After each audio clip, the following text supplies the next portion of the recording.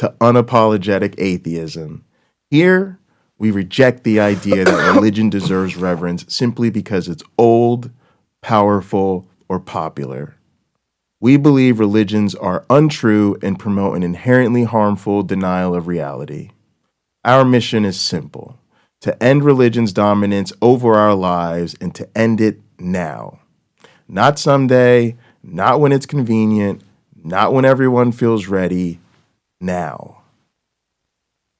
This is the anti-altar call, an opportunity to undedicate your life to Christ, reclaim your autonomy, and join a community of secular humanists committed to uplifting marginalized voices, defending science, and fighting for the genuine liberation of human beings everywhere. I'm Dr. J. Bundy, aka Pocket Locker 86, an evolutionary biologist, biological anthropologist, and educator currently teaching anthropology and sociology at the collegiate level. I'm a former Christian youth minister and program director from a family of 5 generations of ministers. A church drummer and audio engineer turned scientist, organizer, political strategist, and unapologetic truth teller. It used to be my job to preach the gospel to kids. Now it's my mission to share the good news that the irrational gods we were taught to fear and obey do not exist. If you're here to think freely, live boldly, and build a better world rooted in reality instead of mythology, welcome. This is unapologetic atheism. Let's lock in. Ready for takeoff? Whoa.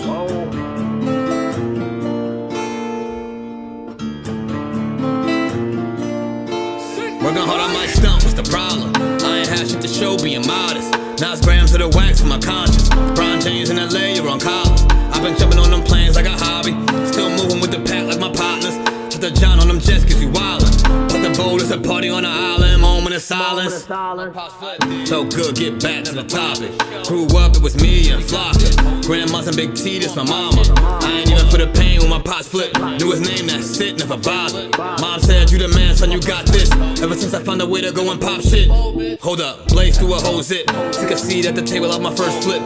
Days in red roof with my first whip. Split the money with the gang, never post pics. Seen a change in the game, had to coach it. Never let them take my wangs in the mold, bitch. Ever made in a month, nigga. Used to serve him at the minute just to front, nigga. Goddamn. Had to grow up quick, I made my own rules. Had my first child, got it jumping with music. Can't really hang with nobody who losing. I thought by now that you would go and get it, but I could hardly see niggas as distant. Know you get cropped if you not in the picture. And I made that zag and went got a bag. Shots to the Henny and OG prescriptions, put rebel shit on the map. Took a leap from where I started at. Started ballin' now, Chris Paul and Cats. Got them steady calling for the mold, but I'm on a roll, gotta call him back. And that's all fact.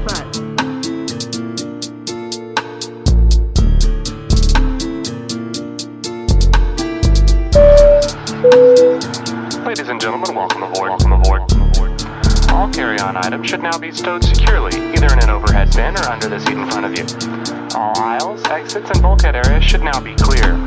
All electronic devices should now be turned off and stowed, as they may interfere with the aircraft's navigational and communication systems. Once airborne, we'll let you know when you may use approved electronic devices, but note that some items may not be used at any time during the flight. You'll find a list of approved devices in the in-flight information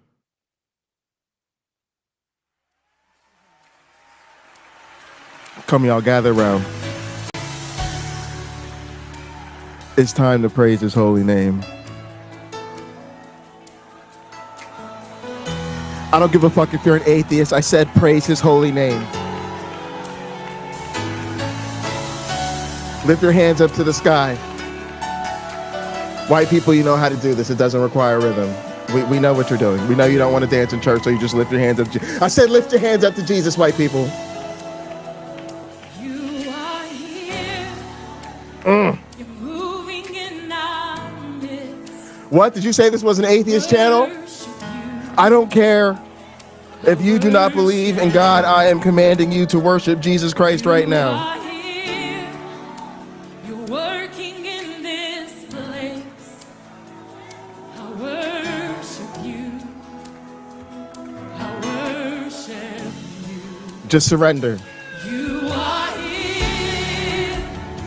Y'all supposed to be former Christians. Y'all supposed to know how to do this. Why y'all out there acting like you don't know how to worship Jesus?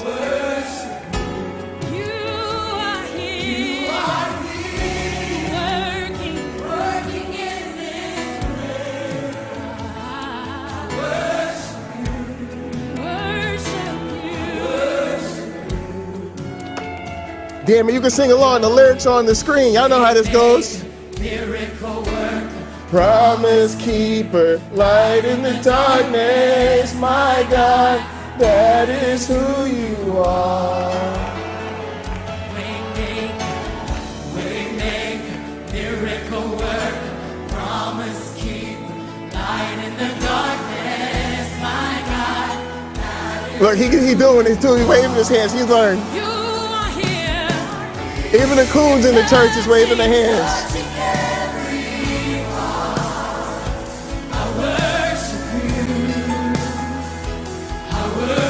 Just sway side to side. Put your lighter away, Stoners. It's not that kind of party.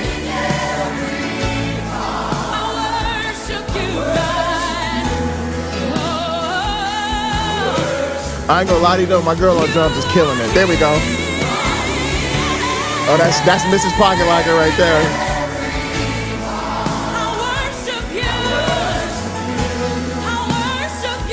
His and her drumstick cases.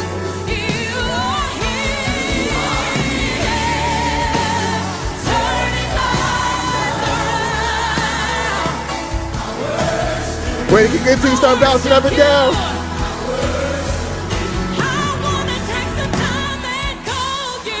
Waymaker, miracle worker, promise keeper, light in the darkness, my God, that is who you are. Waymaker, miracle worker, promise keeper, light in the darkness, my God. That is who you are. That is who you are. That is who you are. That is who you are. That is who you are. Woo! That is who you are. Hold on. We're about to break it down. We're gonna break it down. This is where the Spirit gets heavy on you. I want you to think about what He's done for you. His sacrificial love. A God that would come down and take on flesh. Just to redeem His people to His presence. He is a way maker.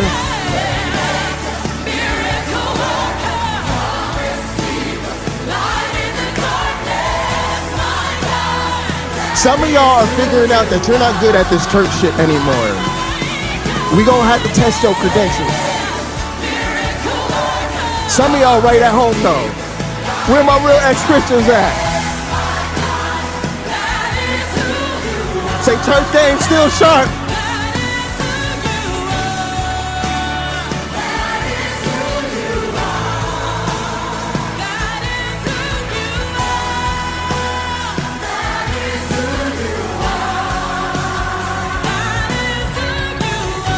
Oh, yes. I said, I don't care that you're an atheist. I don't care if you're a Muslim. I don't care if you're Jewish or Hindu or Buddhist. You need to worship the mighty name of Jesus right now in this place.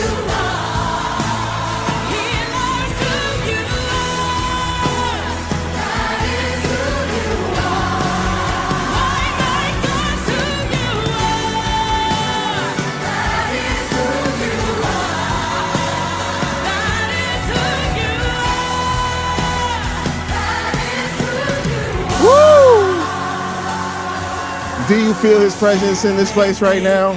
Miracle work, way make, miracle work. I mean, you didn't know if you were going to be able to make it out of bed this morning. You were thinking about not coming to church. But you know you are in need of a blessing right now. The bills are stressful. Work is stressful. Your husband or wife is stressful. The woke agenda of the Biden administration that is still ruining America in 2025 is stressful.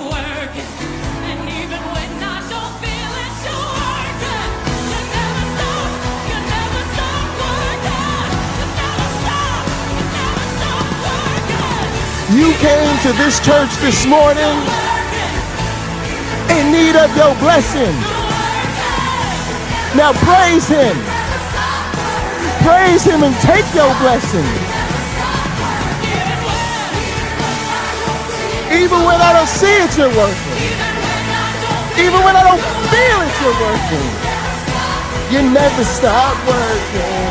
You never stop. You never stop working.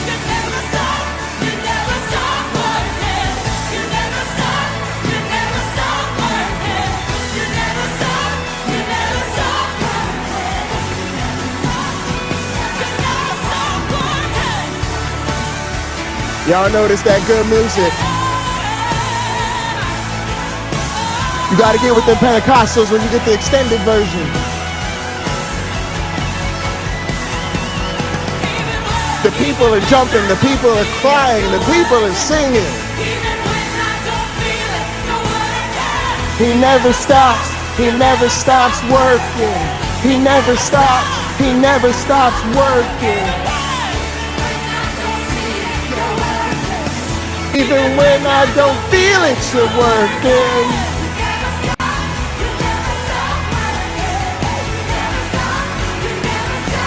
Break it down. Even when I don't see it, you're working. Even when I don't feel it, you're working. You never stop working. You never stop working.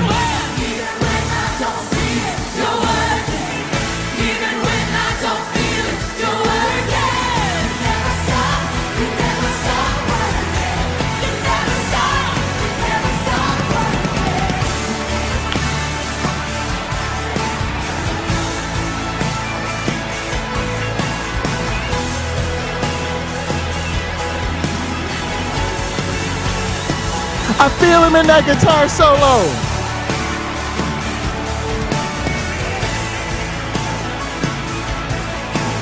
I feel his glory in the guitar.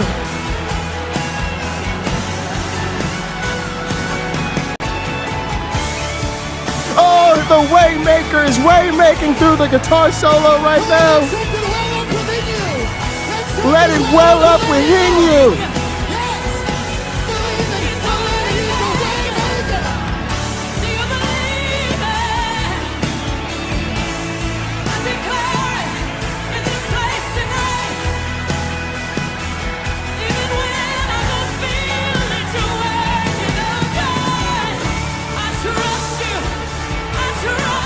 Do you trust him?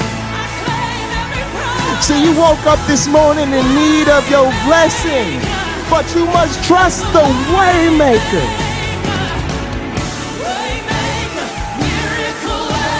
Promise keeper.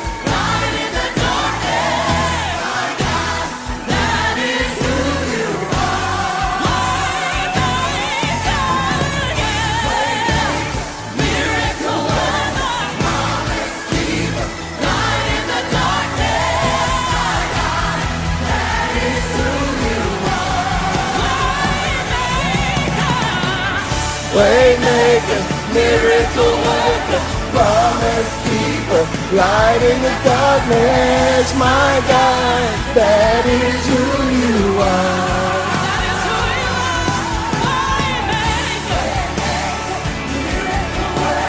Promise keeper. What up, PC?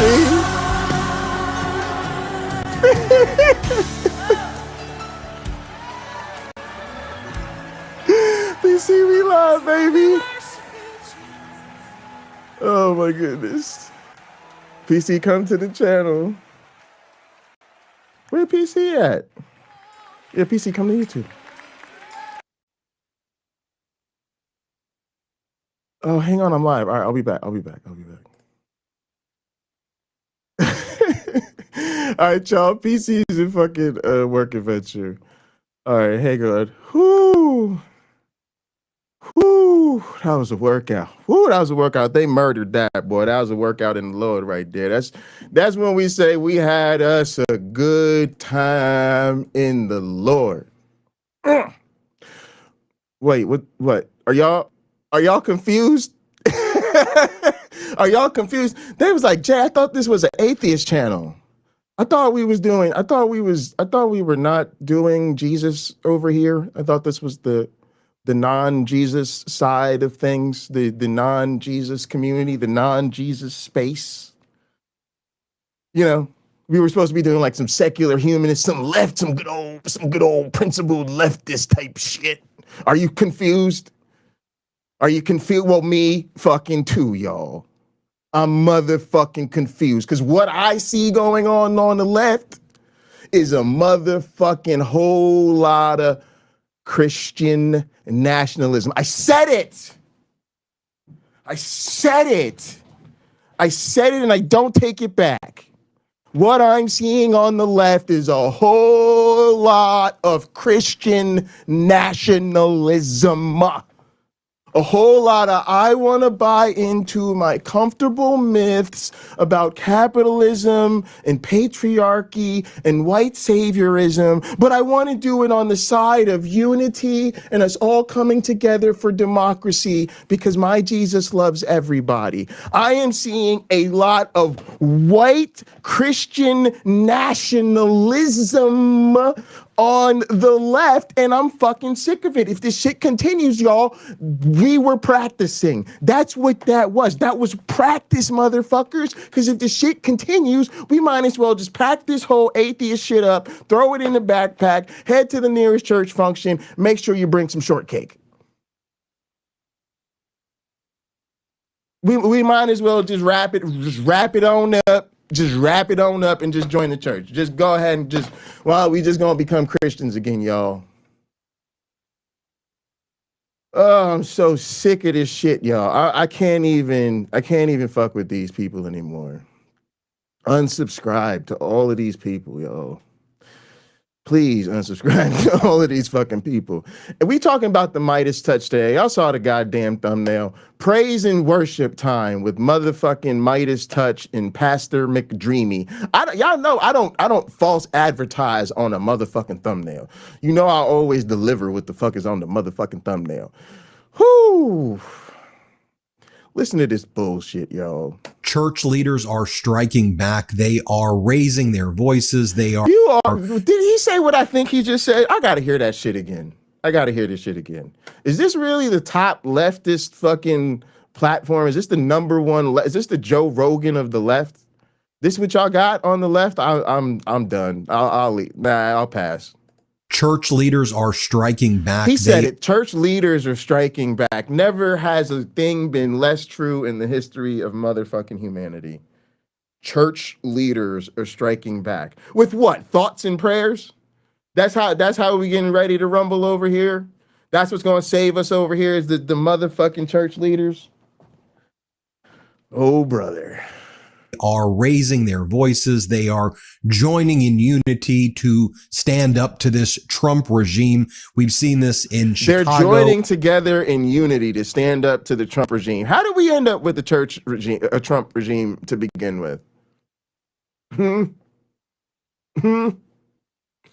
Yeah, where were these church leaders when it comes to preventing not just one, but two Trump administrations?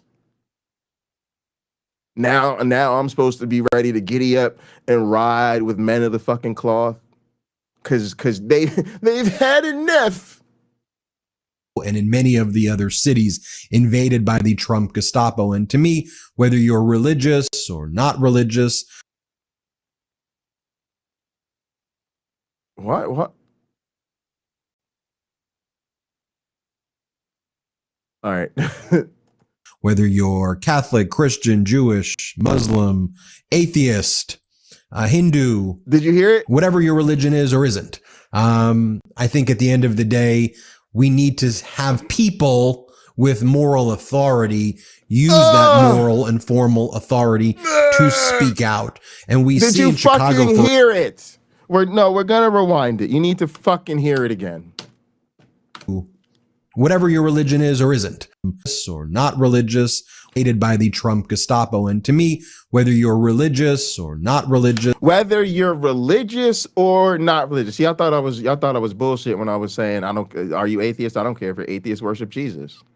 Do you think I was bullshitting? No, this is the left. This is the left y'all are so fucking into. This is the fucking woke ass, super lefty left. Cool. This is what the cool kids on the left are doing. Just like they're doing the fucking analytical atheism, and they're happy to have the high-minded intellectual conversations about the merits of Christianity. This, with friends like these, who needs enemies? This is the left telling all the truly secular motherfuckers, we don't give a fuck about you. We are trying to win, and since we're trying to win, we are going to align ourselves with these motherfucking good liars. God damn their message that you're atheist, Jewish, Hindu, Mormon, whatever ass is going to hell, because, hey, they're anti-Trump, so they're like the cute ones. And literally, like I said during the motherfucking opening worship time, because I hope y'all think I wasn't doing that shit for my goddamn health, I was trying to prepare you for where the left is taking you. The left is taking your ass back to church. And you heard the motherfucking message. I don't care what your religion or not religion is. You need to get on board with this good old Jesus loving. whether you're Catholic, Christian, Jewish, Muslim, whatever, atheist, who cares? Fuck Hindu, let's ride. Whatever your religion Christian is. nationalism. I said it and I'm not taking it back. Y'all know how we roll on this channel. We say a lot of shit. We rarely ever take things back. This is not one of those times. I said what I said, motherfuckers. I said I'm tired of the Christian nationalism on the left. Is or isn't. I think at the end of the day, we need to have people with moral authority use that moral and formal authority to speak out. And people with moral authority. I don't care if you're an atheist, a Mormon, a Jew, or whatever. We need to celebrate the people of moral authority using that moral authority. Why the fuck are we giving Christian pastors moral authority in 2025? Meanwhile, the right tells us, yeah, you trying not to lower the age of consent and stop me from marrying teenagers is a violation of my fucking religious freedom. But white men could just straight up get down like that. White men can just straight up use Christianity to tell you that you not letting them marry fucking children is against their religious freedom. And then other white people on the left will be like, yo, shouldn't we be really happy that these pastors with moral authority are coming to save us and they're coming to our side finally? I don't want them on our side, motherfucker. I want to throw them off the bridge. Fuck them. Prove that the Christianity bullshit is fucking true. If not, we're hoping for a fucking revival? No, I want a revolution, bitch. Stop fucking around with this punk ass, pussy ass, Christian ass bullshit. Moral authority. How about you have some fucking moral authority that if something is bullshit, we don't put people in positions of power over bullshit while their institution constantly rings down hell on this goddamn country, you motherfucking cowards. Unsubscribe to these people because they fucking suck at this. We see in Chicago, for example, Pastor David Black, and he's been on the front lines, quite literally. He's been in front of the detention center there outside of Chicago, praying Get ready to fawn. on behalf for the individuals. That's what Christianity is. We about to get one of them real McDreamy pastor types. Oh yeah, we love that over here. Give me a dreamy pastor. Been thrown into this concentration camp.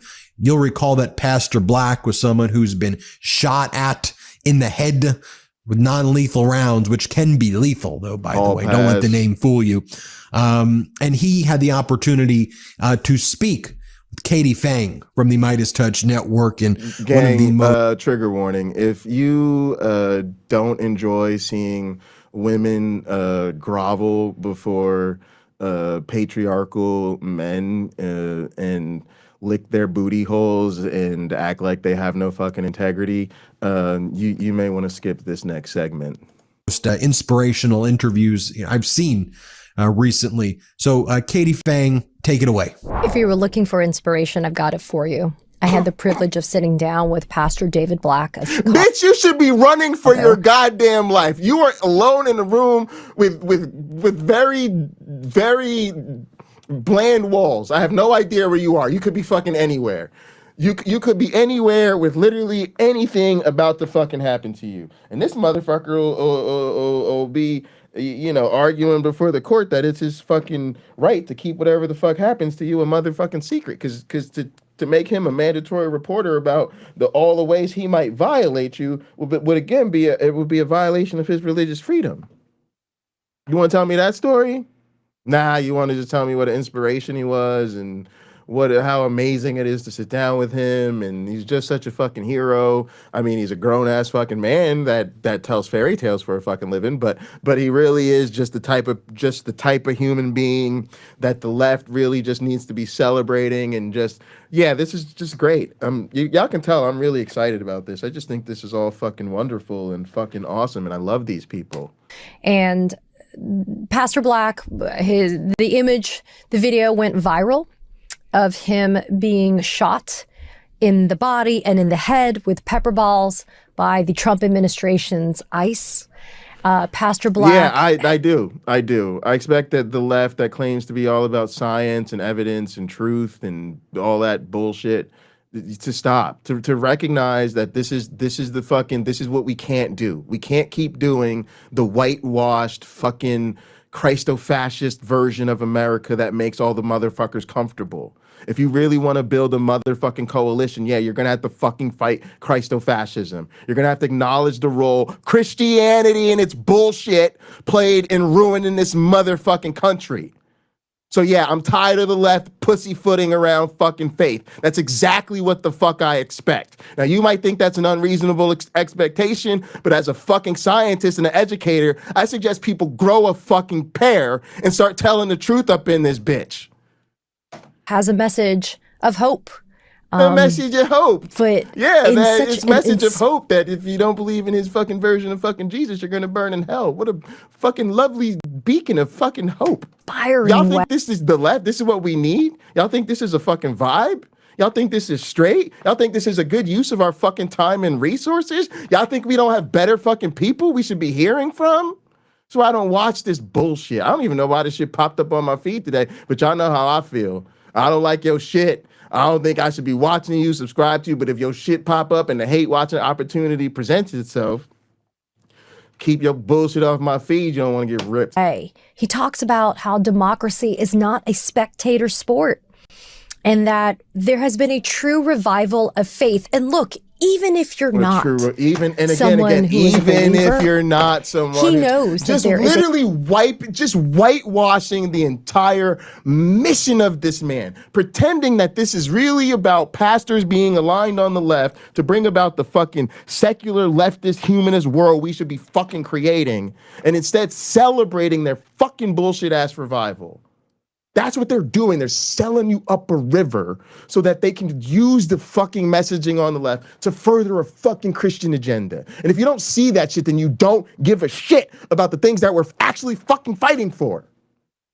They are the source of the shit. They are the source of the misogyny, the racism, the bigotry, the class fucking warfare, the slavery apologetics, the rape apologetics, the efforts to fucking ignore all the fucking predatory bullshit with the fucking Epstein files, the reason the economy's in the tank, the reason they keep voting for fucking fascists, the reason our military is fucking blowing up fishing boats in the goddamn Venezuela, the reason we're fucking doing mass deportations is all fucking led by Christians.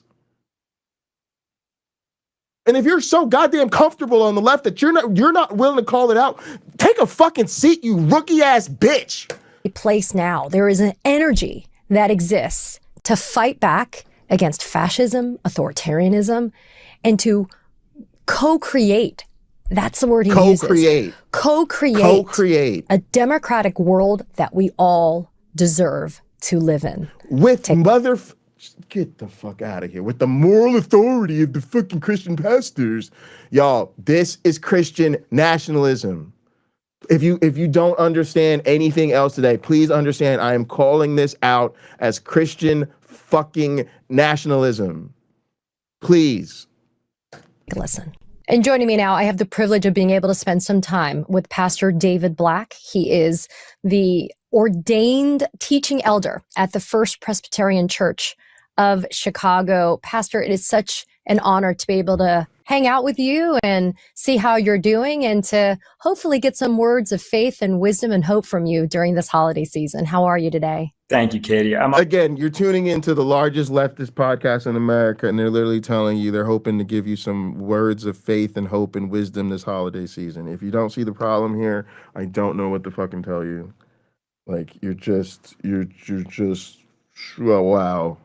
I do not want more Christianity. It is fucking bullshit. You are literally giving these people license to continue fucking exploiting people, and you don't give a fuck. You're just so happy one of them sounds nice. And that is the toxicity of fucking white supremacy. This oh, it's what the white people are doing, and they do it with a smile, and they're lovely and they're the best neighbors. It's that fake bullshit. It's the fakeness. And the left is supposed to see through the fakeness. And instead, the left is giving you the fakeness.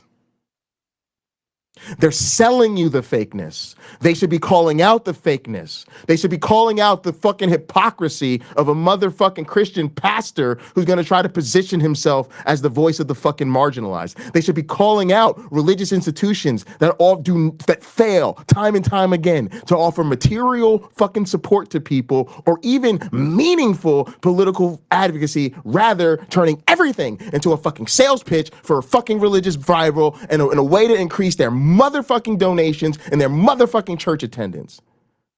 It's about turning our fucking human struggles into a sales pitch for a fraudulent fucking scam organization.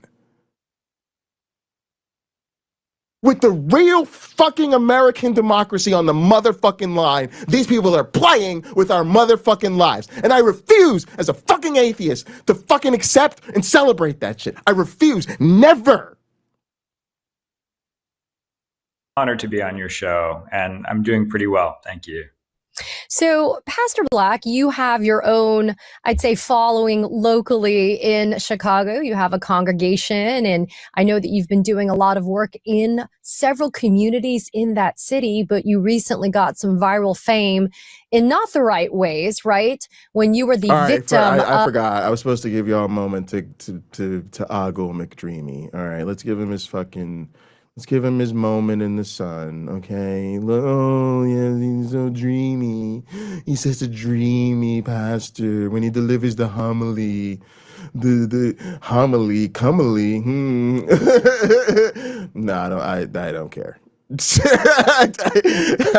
I just don't give a fuck. I think this is such cowardice, and I love how people are just trying to make this shit cool. Like all the people walking around with their essentials fear of God, like literally like branding themselves. Y'all, religion is the nerdiest, corniest, wussiest, most loserish shit on earth. You are literally centering your life on a motherfucking fairy tale and using it to like pretend to be morally superior to the rest of the world, while you look at our fucking faces and celebrate being in a fucking cult that preaches everybody that doesn't believe like you is gonna burn in hell.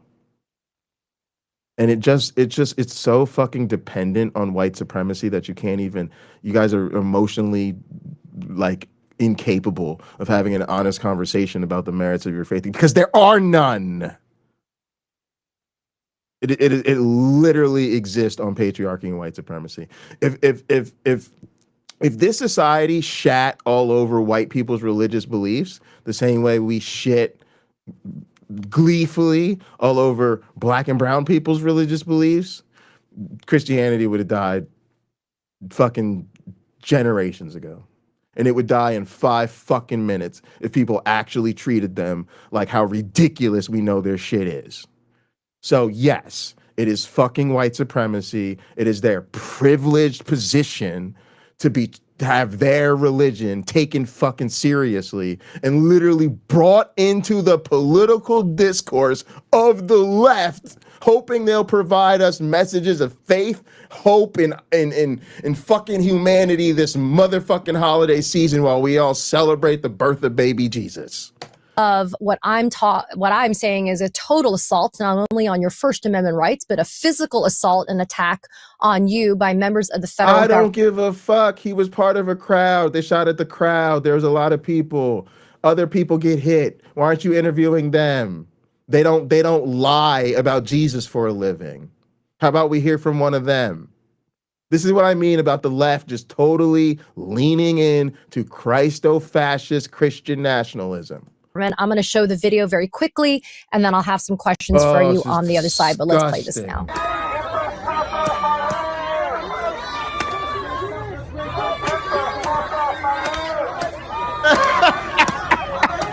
I'm sorry. I should have laughed. He got popped. I don't know why I laughed, y'all. I don't know why I did. It is what it is. Because I'm sick of it. He's up there praying I was praying for the people and I was praying for them. It's just this way that like he's trying to use it to like make himself like he's trying to play the fucking hero, and they gave him what the fuck he wanted. He wanted to be out there showing he put his fucking ass at risk. Hey, they popping at the crowd. Somebody's got to get hit. Like whatever. They hit lots of fucking people. I'm not gonna feel bad about it. He got popped. They shouldn't be out there. They shouldn't be popping anybody. But whatever. I don't know. Maybe it's the way he fell. Bah!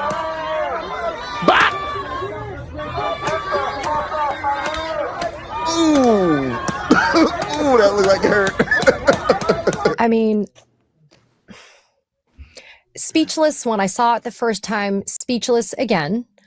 Pastor, I understand that you were saying to those officers that were elevated on the top of that roof at Broadview. I guess I'm just so fucking irritated that it worked. I'm just so fucking irritated that we take these moments and there's so much to talk about. And who is the fucking victim? Who is the fucking population we should be fucking concerned about? Bring me one of these motherfuckers who they've tried to snatch away from their families. Bring me one of their fucking family members. Bring me a black person. Bring me a brown person. Bring me a fucking citizen who was arrested and didn't do anything wrong. No, this white man is the motherfucking victim we should be the most fucking concerned about, while he literally does nothing but bullshit for a living. And is just literally using this to further a Christian agenda. Utterly disgusting. You know good goddamn well their Bible even tells them they should only really be good people because it's really good fucking advertising for their fucking bullshit. And we act like it's okay. And we do their fucking reputation washing for them. See, I'll tell y'all what I told my fucking students. If you're going to play that both sides shit, if you're going to really be graceful to people on the other fucking side, hold them to the same goddamn standard. Hold them to the same goddamn standard. If you wouldn't let me as a fucking scientist get up on there and take up a whole bunch of prestige while I'm sitting on some bullshit, then why does he get to do it? That's the white supremacy. When nobody will call people out on their bullshit for some odd reason. Knowing good and goddamn well they're manipulating the fucking situation. facility, detention facility in Chicago, you were telling them, repent and believe the good news that the kingdom of God has come near. That's the And that was pretty much fucking about it. message. That's the message. And she's like, holy shit, what a great message. How could they be mad about a great message like repent for the kingdom of God is at hand? Do y'all see what I'm saying to you? The largest leftist podcast was like, people need to hear about this amazingly brave sacrificial pastor. Man, these white men out here sacrificing themselves for the cause. I just can't tell you how fucking inspiring that is. And what were you saying to the ICE agents? Repent for the kingdom of Jesus is at hand? Oh my God. Why would anybody want to shoot you saying that? Like that's honestly, that's probably why they popped you. Honestly, like maybe them ICE agents like low key kind of know what's up. And like the people yelling at them and like hurling insults and telling them that they're traitors and telling them to go fuck themselves. They were just kind of dealing with that. And then this motherfucker pulls up and starts going, repent for the kingdom as well. Shoot his annoying ass. Shoot his annoying motherfucking ass.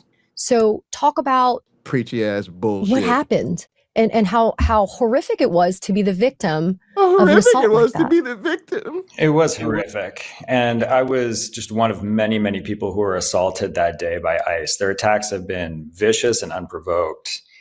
I've been going to Broadview as a pastor, and I've been going with other clergy as well. We all believe that what Jesus teaches us is to pray and minister for those who are oppressed and also for those oppressing them. And it's so clear to y'all, us. He literally showed up to pray for the people and to pray for the ICE agents. I'm sorry. I'm not where I'm. In case this is a news flash to anybody that considers themselves secular and on the left, we're not having any fucking chaplains. We're not wasting fucking precious resources with fucking priests and ministers, none of that fucking bullshit. It's time to go to war, motherfuckers. Saddle up and get ready to fucking ride. Leave all that bullshit behind. No. We need fucking soldiers. We need soldiers. If you're gonna tell me the tool your ass is bringing into battle is thoughts and prayers, stay your ass home. It's time for grown ass people to handle grown ass business. I'm tired of this fucking kiddie pool bullshit. What's happening at Broadview is an egregious breach of trust and of human rights against our vulnerable neighbors. And he's a pastor. Many that's people his are being hustle put in into life. a morally compromised position by being paid and getting their debts forgiven so that they can go out onto Chicago city streets and bully people and violate their civil rights. And yeah, when I arrived at Broadview that day, Who's doing it, Pastor? That's the question I ask him. Who's doing it? ICE is doing it? Cool. All right, how did ICE do this? Because I don't think they were doing this in the last administration. Yeah, they weren't doing this in the last administration. So this administration is doing it. Interesting. And how did this administration get in a position to unleash this hell upon us? Oh, they won the goddamn elections. They did. And who voted for them? And were most of those people that voted for them, were most of those people atheists or Jews or Muslims, or were they mostly Christian? And who are all the power players and key positions in this administration? And what does this administration use to sell its messaging to the people? Is it the Quran? It's the Quran, right? All the white people in America, they vote for the fascist fucking Republicans because of the Quran. The Quran compels them to do that. I'm so sick of these useless. Please understand, because I know some of y'all are like, but aren't they better? And isn't it progress? And aren't they the progressive ones? And shouldn't we celebrate it? And blah. No. The answer is no. I'm not moved or impressed by any of it. Don't give a shit. Don't care. Unimpressed. Unfucking interested. They are useless. They are the Democrats of the church. They are paid opposition. They are there to lose. It is professional wrestling, and the kings and world heavyweight champions of Christianity will always be fascist fucking bigots and racist. Progressive, quote unquote, social gospel Christians are the paid opposition. And they are also agents of Christian nationalism. Stop trying to sell them to me because I keep telling you I'm not buying it.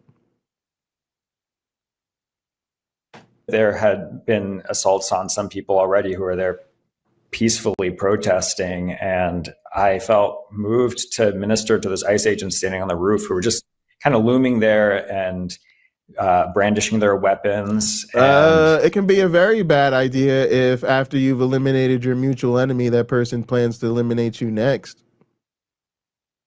I'm just saying, we got to consider everything. The enemy of my enemy isn't always my friend.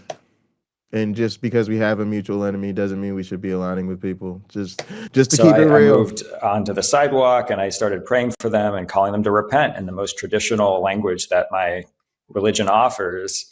And while I was in the middle of using the words of Jesus to repent and believe the good news, they opened fire on me. Bro, nobody gives a fuck about the words of Jesus. That's what that lesson should have fucking taught you. That the words of Jesus are fucking useless. You thought you could use the words of Jesus and your white privilege to show up as the hero for those poor black and brown people that your fucking faith is useless to do anything to stop. And then you'd be the safe one to yell at them while you offered thoughts or prayers. And they didn't give a fuck, and they shot your ass in the fucking side of the dome piece. In like a mildly comical moment, if you ask me.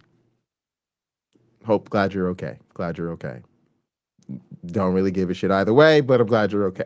And Like, shot me a couple of times in the shit, head. who cares? Many times in my body as well. And there was so much chaos that day. It was I'm sorry. I think I'm just realizing that if I could just that maybe like I'm just really have anger issues towards priests and the church, and that I kind of just would love a safe, sanctioned opportunity to air out some of that frustration, like a boxing match or some shit, like a boxing match with like not a priest that could whip my ass, but a priest who I could whip his ass. You know what I mean? That way we make sure it's like my frustration getting taken out, not his. That type of situation. Clear that they had been so poorly trained, or that the alternative is that they had been deliberately told to escalate violence against peaceful protesters, maybe as a maneuver to see what they can get away with, because we know that their violence against civilians throughout Chicago escalated after that. So they might just be testing the limits, and shooting a pastor in the head is, I think, just a part of that. The Trump administration trying to find out what they can get away with. Did it ever cross your mind? And then also think about what else the left is saying when they do shit like this too. They're subtly saying, they're sending another message, and I hope you guys do really see how it is Christian nationalism. They're also saying you should care now.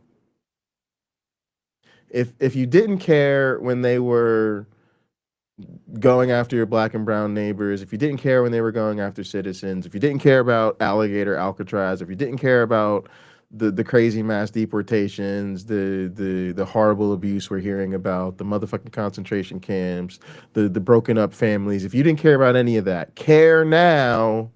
You should care now, because look at this great man of God, this message of Jesus' hope and repentance. And now they hit him up, so now you should care. See, people don't want to talk about that type of level, that type of layer to the messaging here. But if you pay attention, it's very obvious that that's what this is all about. Because again, they're appealing to that entrenched white fucking Christian supremacy in America. And instead of challenging that, which is what the left should be doing, they rather use it, disregarding how much it dehumanizes us, and then sell it back to us as if us being unwilling to go along with it, rather than being an assertion of our motherfucking humanity and dignity, is us not being pragmatic politically. And so that is how they get you to go along with it. Hey, you're not supposed to call out that I'm superhumanizing white believers right now. You're not supposed to call that out. You're supposed to celebrate the fact that I'm trying to do Big Tent. I'm trying to do Big Umbrella, and I want the good Christians to come on in here. But again, why would you have to go here to get them to come in? Why aren't they in already? Possible that you, as a member of the clergy, dressed as a member of the clergy, would ever fall victim to being attacked by ICE or the federal government? Before I was shot the first time, it didn't cross my mind. Afterwards, it seemed in some ways like the most obvious thing in the world, because Jesus put his body in the way of evil and suffered consequences for it, was executed for it. And I think the spark that came out of that video that really impacted Christians across this country was seeing in real time the consequences of preaching the gospel against an empire that's intent on dismantling our civil society and persecuting the poorest and most vulnerable members of our society. Yeah, you know what? That's a good point, Equus. I have mixed feelings about this, to be honest. On the one hand, he showed up unlike many, many other people. On the other hand, yeah, why this news source showcasing this one white guy? The thing that bothers me is that, I think there has to be, like, accountability and critical thinking. A big part of what I try to do on this channel, and it's ruined my fucking brain probably in the process. I'm kidding. It's just that I have to watch a lot of bullshit that I probably wouldn't want to watch otherwise. Is I'm trying to show people, because I feel like I am a bit tapped into, popular content creators in the atheist space, or popular quote unquote leftist content creators. And I know that for many of us, it's important to have those sources, especially because the media ecosystem and the Overton window are so shifted to the other side. But it's really important to notice how they're failing us. And I think part of what we lose is that so many of us aren't able to think critically about these things. The truth is, coming out of the cults and the type of ideologies that most of us carried way too far into adulthood, it's very easy to just think, oh, okay, I'm no longer a Christian anymore. I must be like cured of all the bullshit. Oh, I'm an atheist now, and oh, I'm not conservative anymore. I'm on the left now, so I'm good to go. That means I'm not racist and I'm not sexist and I'm definitely not buying into Christian supremacy anymore, right?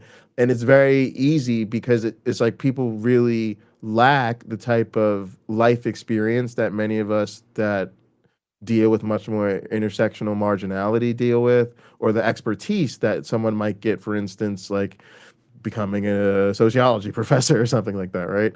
And so having both of those things, I try to help people, kind of take those further steps of deconstructing socially and deconstructing politically, and understanding that just because someone's an atheist doesn't mean we're going to be aligned on shit. Just because somebody claims to be on the left doesn't mean we're going to be aligned on shit. And that I think we have a different interest that we have to speak up for. Part of what I'm hoping people in my audience will see during this is that they really are playing in our fucking faces about this Jesus shit. And it's time to press the fucking case. Part of where I hope you're seeing this is why the atheism that a lot of us are so steeped in on the internet is failing. It's failing because the left is not even able to see us. The left doesn't even feel the need to acknowledge us. Why? Because of the refusal to tie the two together. Why? Mostly because all your leftist fucking heroes are these centrist fucking weirdo wuss bags who their ambition is to be on Piers Morgan. So the same way we get the intellectual fucking atheism, we get the fucking Christofascism of the left politically. And we, especially people who know these people think we're going to burn in hell and deserve it, should not be making ways for them. We should not be including them in our fucking tent. We should be saying, if you're really, truly committed to dealing with these other populations, if you're truly going to treat me as an equal, as an atheist, you gotta respect my motherfucking challenge. I told you that Christianity is bullshit. I told you that Christianity is bullshit. I said I told you that Christianity is bullshit. Now, are we equals or what? Because for you to tell me the only way you're willing to stick up for my humanity is if I sign off on your bullshit, and I got to compromise on my truth and my dignity, or else what? That's why it doesn't work. Because if you were truly gonna not be a fucking white supremacist, fucking Christo-fascist asshole, you would really be acknowledging the role your faith plays in all of this, looking for the truth to it that you could use to defeat the evil that's going on in your faith, realizing that it isn't there and that the only humanistic thing to do is abandon ship because it's bullshit. But they'll never have to do that because everybody on the left will continue to pretend that Christians are secretly humanist. And then they'll tell you, as an atheist, as a former Christian, as somebody who's dealing with religious trauma and found a way to escape the cult, that now you need to celebrate the cult or else you can't expect to have nice things. Get the fuck out my face. Be so fucking for real. I'm a grown ass man. I'm tired of this shit. It's provoked a revival of faith among so many people. I've gotten hundreds of letters from across the country and emails. And there it is. And there it is. And there you see it. You see that they're willing to sell you up the fucking river to bring these people in so they can take everything that we're fighting for and toss it on back to the church. What is he celebrating? Not awareness of the oppression of people, not a radical consciousness, nothing towards class consciousness, nothing towards true revolution, nothing towards real policy changes. He's celebrating that it caused an outpouring of faith expression. Again, really telling you what the left needs is a Christian revival. So if you're gonna keep supporting this message, atheist, just go back to church. That's why I open with worship music. Just dedicate your life to Jesus right now. Say you did it to be a leftist. Say you did it to be a principled leftist, because that's where this is fucking going. Say, hey, I just give so much of a fuck about racism and transphobia and misogyny and all that shit. I just decided to become a Christian. That way we could just build a big old tent on the left and be the lovey-dovey Jesus type.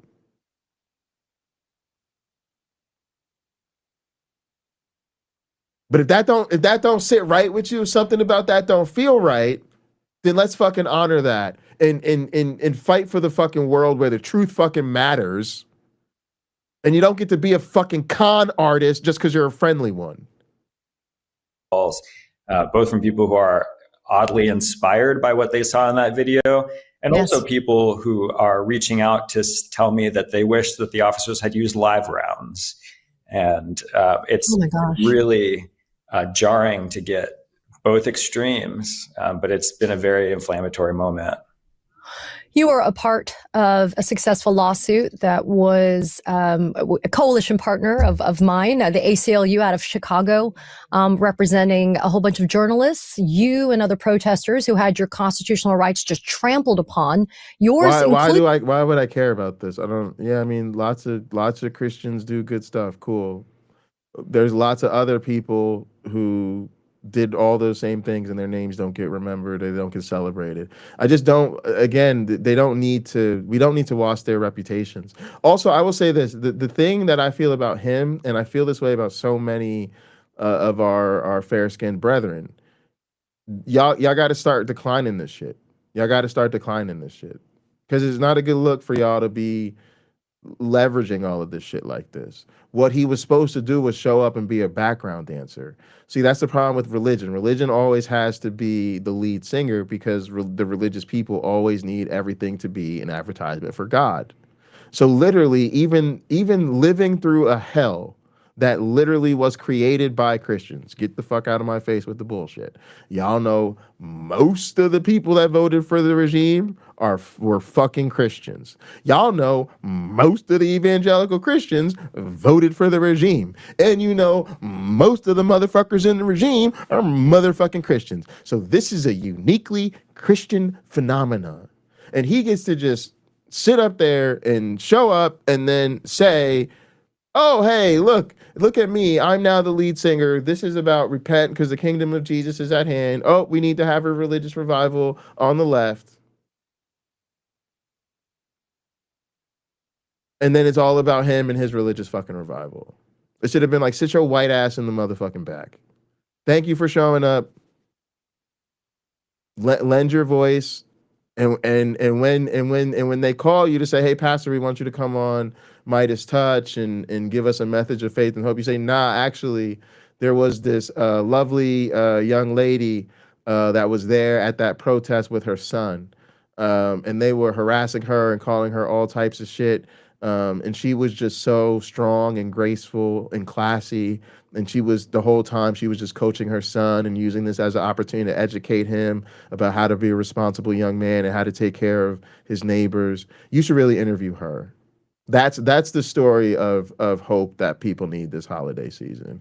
Oh, actually, yeah, we didn't even tell y'all. Y'all don't even, all the story gets about me and the fact that they shot me. People don't even talk about the family that they were there to tear apart that we were protesting that day. You should interview them. You should interview them. That, again, is the message of resilience and show the family, humanize the family that we were there to rally. Right? There's so many other fucking ways they could go about this shit. But every time we show up and it's all this special privilege and status to the pastors, and then we got to talk to the men of God, and the men of God make sure they turn everything to be a sales pitch for the fucking church. And again, the left is just basically saying, we could go for the revolution, but we'd rather go for the revival. And that's what I'm telling you. Like, you got it. As you get to be here, atheist. You get to be here. You get to be here and say, no, I'm here to fight for this secular fucking separation of church and state that we're all supposed to be about. So take that preachy bullshit to the back. Yes, we're happy religious leaders of all stripes show up, but you belong in the back. Because you're not the educators, you're not the advocates, you're not the organizers, you're not the qualified political leaders, you're not the historians, you're not the scholars, you're not the organizers, you're none of that shit. So you get to stand and clap and be part of the motherfucking chorus like everybody else's ass and leave the real shit to the real pros. That's what churches that's about days will be on. But these churches, again, they're just using this to pump up their fucking revival. And then the left just goes along with that shit. It's fucking disgusting. The right to assemble for purposes of religious freedom. We also know that there's been some litigation brought because at Broadview, the detainees can't even get communion, even though for years that was a possibility for them. ICE is now... AR said all he wants to do is hand people in ICE detention centers Bibles. Couldn't have said it any better. Couldn't have said it any better. Said, no, you cannot have access, even though they've had to sue, they being members of the clergy. And then tell them how, and then minister them by telling them they don't understand how this all fits into God's plan, but rest assured that it does. I just had to throw that in there because just as real as AR is being right now, when he says what this motherfucker really wants to do is roll through ICE detention centers and hand people Bibles, when they really come to him and they're broken, when they really come to him, y'all, I'm talking about that real shit, like that Nancy shit, real shit. When the real shit happens and they come to him broken, Pastor, they took me from my family. They broke me all the way down in this place. They have starved me. They have beaten me. They have maybe sexually assaulted me. I don't know how I can go on in this place. Y'all know sure as fuck, like AR said, he just wants to pass out that Bible. Y'all know sure as fuck he's going to look that man in his face and tell him it's all part of God's plan. And y'all still think that shit is acceptable. Unfucking believable. Sometimes the rule of law helps, right? Sometimes the legal system can be an effective ally. Judge Sarah Ellis in Chicago. Yeah, Robin, we open with worship music because if this is how the left is going to be, we might as well go back to the motherfucking church. And some of y'all haven't, some of y'all a little rusty. You haven't been practicing your worship Jesus skills. And if this is the fucking leftist that y'all gonna tell me we gotta fucking work with, y'all might as well get your little shirt and ties and your Sunday best and your dress and your little church lady hats and them church heels, not the fuck me heels, not the going to work heels, the intermediate church. Y'all know what I'm talking about. Y'all know what I'm talking. Get your motherfucking church outfit together, because that is where y'all are headed. In federal court, entering a multi-100-page injunction detailing the evidence that supported the claims that you and others were making. Your thoughts about the fact that you ended up being part of litigation, actually, to be able to make sure that your faith was protected? Yeah, I'm so grateful for the work that Judge Ellis and her team did on that case. It was really moving. I spend a lot of time with people who are really fighting for legislation for religious freedom. Gang, you can't make this shit up. I'm so for real. See, I didn't even watch all this because it was so triggering. I was like, all right, I know this is what I want to do the stream about, but I definitely don't want to sit through all of this twice. So my rage boner is hard enough to make a stream about this, and I'll just have to react to the rest of it live. But so par for the course. So par for the course. And again, the leftist channel, the largest leftist fucking podcast in America, is sitting there, talk to us about these wonderful, fascinating legislative efforts that you've made to make sure your church's religious freedom is protected. Fuck the racism, the misogyny, the transphobia, the fucking Epstein files, and all this other bullshit. Man, we're so happy you're still fighting for your church's religious freedom. Gang, if this is what the left is about, we are so fucked. You have no idea. You have no idea. The left's plan is literally to hand us over to our oppressors, y'all. Their game plan is that if we win, we will hand our fucking shit over to our oppressors. That is their motherfucking game plan of how they plan to fight these motherfuckers. Oh my God, we're fucked. Oh my God, we're fucked. Chanted about American institutions and Yes. saving the day. And I've been really encouraged by the civil servants that I've met in this process who are really devoted to improving the systems of this country and protecting our democracy. A fever dream on top of a fever dream. Truer words have not been spoken. And at the same time, Judge Ellis's ruling is such a low bar just to say that our civil rights should be protected and we should be allowed to exercise our First Amendment rights without being attacked with chemical weapons. It seems like such a low bar, and that it also feeds right into the Christian persecution narrative.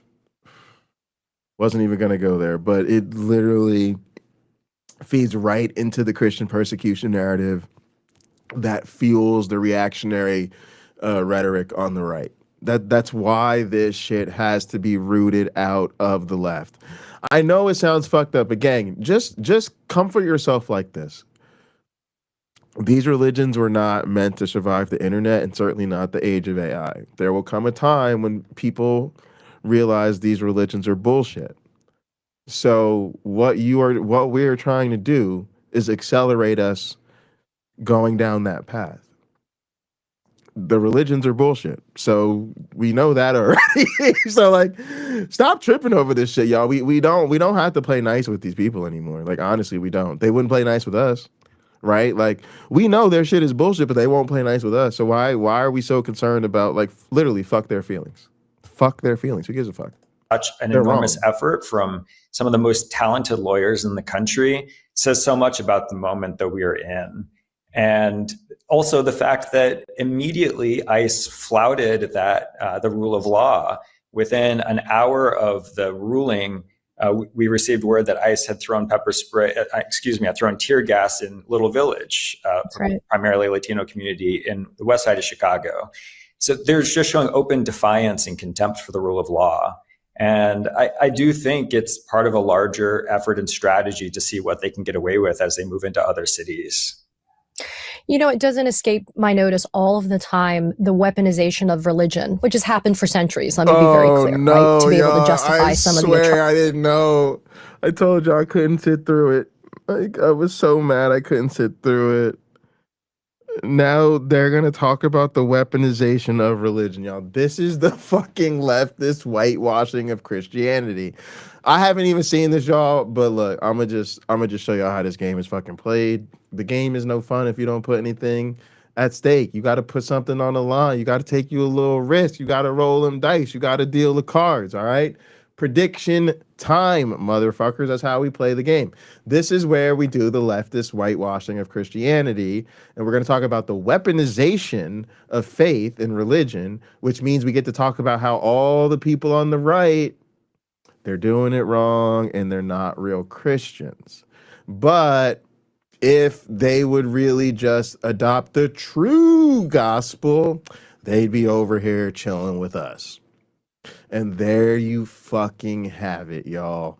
The leftist whitewashing of Christianity to tell us that Christianity is not the thing that's been oppressing us that we should want to get rid of because it's evil and it's not true. And the message is fundamentally fucking depraved. Depraved. The truth is, no, we actually love Christianity. We want Christianity. We just want the true Christianity from the good liars.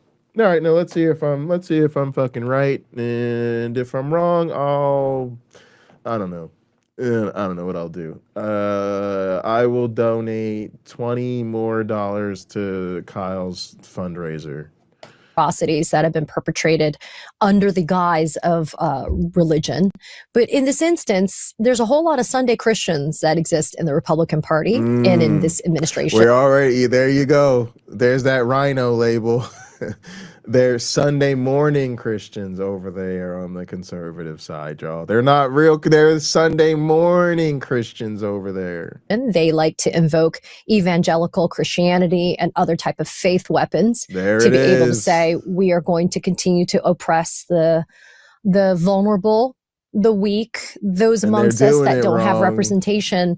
You have said that your call as a Christian is to be in places where people are being persecuted and oppressed. Jesus himself went to hell to liberate the captive. All right, to me, it was clear that my call as a Christian is to be in places where people are being persecuted and oppressed. Jesus himself went to hell to liberate the captives. Black told Handy. To me, Broadview is an incarnate instance of the gates of hell in Chicagoland. To me, there's no question of where Christians are called to be and proclaim the good news right now. There it is.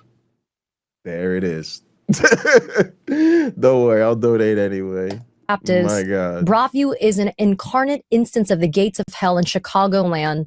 To me, there's no question of where Christians are called to be and proclaim the good news right now. I know it's a part of your faith and it's part of who you are. Why would an all-loving and all-powerful God let his word be weaponized? It's a great question that I'm sure she won't ask. Pastor to do this work, but talk about how challenging it can be, though, even as a man of faith, to face this type of just cruelty and this just abject hatred for people just because their skin may be brown, just because. To face this challenging, it can be, though, even as a man of faith, to face this type of just cruelty. Did y'all catch that? She asked him about how challenging it is to face this type of cruelty. What the type of the type of cruelty he faces as a fucking white man being a Christian pastor in America? Get the fuck out of here. Y'all better stop playing in my face with this bullshit. Y'all gonna ask him what it's like for him. Must be real hard for him to just be facing all this cruelty. Just the cruelty that we show to white men, particularly white men who are pastors in this country, man. Whoo, them problems you don't want to have, man. The cruelty. The cruelty. And this just abject hatred for people just because their skin may be brown, just because they may look different than what others want them to be. It is challenging. I think a lot of Christians are being called into an awakening right now to recognize this is a moment of revelation. The reality is that there have almost always been two Christianities. There's been the Christianity of the oppressed and the Christianity of the oppressor. Ever since Christianity became the state religion of the Holy Roman Empire, I love this comment. Midas touch are fools and leftists haven't invented Jesus. They have zero truth about our creator, the blind leading the blind and willing. And wait, never mind. Our creator, like what are you talking about? You have no truth about your creator either, because we weren't created. This is what I mean about the bullshit. No Christian wants to deal with me. You know why that is? Because I'm an evolutionary biologist. You know what that means? That means we have a scientific explanation for human origins. You know what that means? It means we weren't created. Now, I ain't playing with y'all motherfuckers. There's no such thing as a creator. It is scientifically demonstrable that humans were not created. That's why I don't play with these people. That's why I don't play with none of that belief bullshit. None of it. Because it is all a fucking crazy denial of reality. Every fascist regime in the West has claimed Christianity and used it to give the veneer of moral authority to the atrocities that they commit. And the Trump administration is no different. And this has been a long time coming. The Christianity in America has, some would argue, been corrupted from the very beginning and was perhaps saved by those who were enslaved and decided to take on Christianity as their own religion and really bring it back to its roots. Oh my fucking God. Wow. Oh my God. See, this type of narrative is fucking offensive to me. Maybe it was corrupted from the beginning, literally distancing themselves from all of the historical horrors that have befallen people from day one in this nation, from our original sins of wiping out and dispossessing Native Americans, to, yes, the transatlantic slave trade, to the internment camps, to just, segregation, Jim Crow, sexism, failing to give women equal rights to this day. Let's not forget this is America, where the Equal Rights Amendment failed. And to this day, we have not passed an amendment to confirm the equal rights of all people, regardless of sex and gender. A country that has persecuted LGBTQ people, traumatized all of us. Matthew Shepard. Story, I was a kid. Story of this young man being dragged behind a truck. All this in the name of Jesus, and he gets to distance himself from it and say, it was corrupted from the beginning. No, you're trying to corrupt it with this bullshit.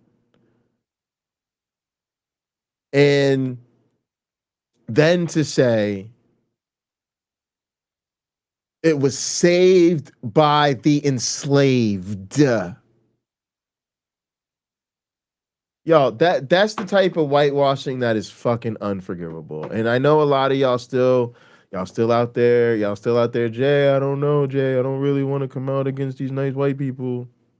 Listen to what they're saying, y'all. See, in order to make it work, this is what they have to do.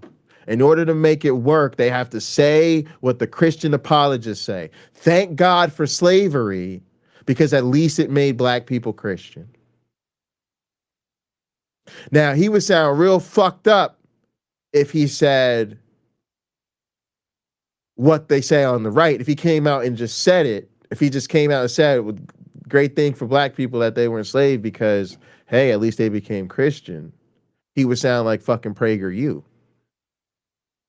But for the leftist liberal fucking whitewashing of Christianity, he can invert the same goddamn message. Christianity was saved by those black people. Thank God for those enslaved people because they reclaimed the true Christianity. And then boom, there it is. Now Christianity is aligned with the interest of black people. It's aligned with the interest of the poor and the marginalized. And boom, the leftist whitewashing is done again. And all we had to do was trivialize fucking slavery and pretend that it was a blessing to America, that we took black people's culture and their actual culture, heritage, and religion from them and gave them the white man's Jesus of their enslavers. But they took that and, you know, added some home cooking and some home seasoning to it. You know what I mean? They blacked it up. They zhuzhed it up, added a little Negro decency to it, right? And now we're good to go.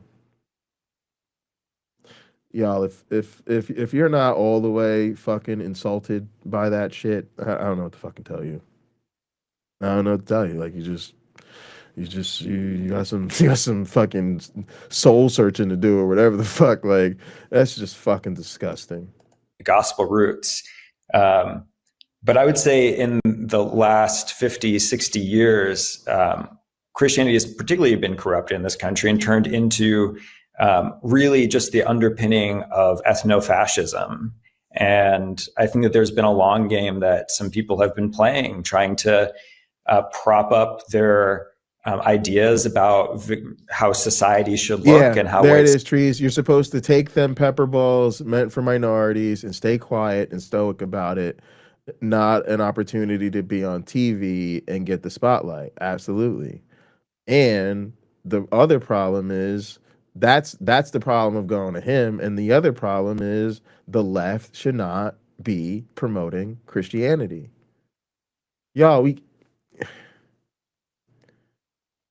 this is where we gotta stop with the white supremacist bullshit, y'all. You cannot have reconciliation without truth. You cannot have accountability without truth. You cannot try to heal a rift that was caused in the name of their faith. Y'all full of shit if you don't know that the Christ of fascist Republicans have been using their faith as an excuse for all the horrible shit in their agenda for generations. You're a fucking idiot.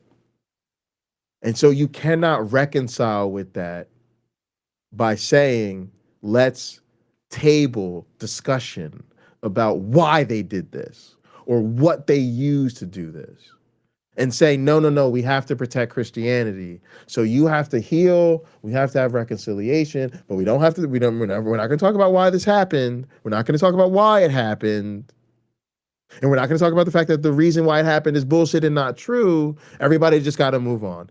That's that white supremacist bullshit right there. That's not, y'all know that is not how reconciliation works. You know how it's not how accountability works. You know it's not how you do restorative justice. You know it's not how you heal broken relationships. You know that. Any other fucking situation when the shit comes down to it, if somebody got you fired and the thing that they used to get you fired was a story that wasn't true, are you going to forgive them before they acknowledge that the story wasn't true? Somebody lies on you and ruins your fucking relationship, telling the fucking lie because they heard a rumor and your fucking relationship is ruined. Are you going to accept that person's fucking back into your life before they acknowledge that the shit wasn't true? Come on, any fucking situation, any fucking hypothetical situation you could fucking come up with. You understand that if we're really going to forgive and forget, if we're really going to move on, if we're really going to start co-creating a future, we have to talk about these motherfucking lies. So when you start saying we don't have to talk about the fact that they use Christianity to do this, and we don't have to talk about the fact that Christianity isn't true, you're still not seeing me as a fucking equal. You're still telling me something special about the lies that you like. Something special about the lies that keep you comfortable. Something special about the lies that privilege you.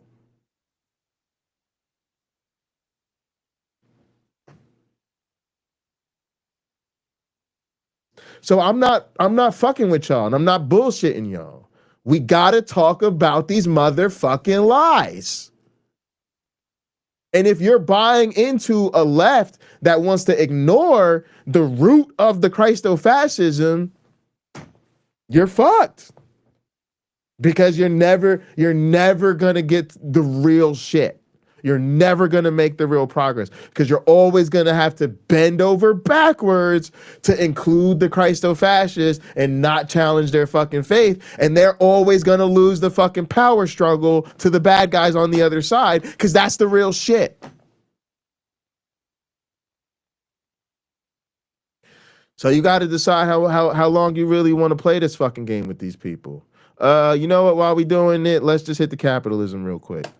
I'd like to take a moment to thank the sponsor of today's broadcast. Us. That's right, motherfuckers. This shit right here is real, independent, secular media. We have no sponsors, no advertisers, and we sure as hell don't have billionaire backers. We don't think billionaires should exist, so they don't call, and even if they did, we wouldn't answer. Let's keep it all the way real. We are not popular. Conservatives don't like us because we tell the truth. Liberals don't like us because we tell the truth.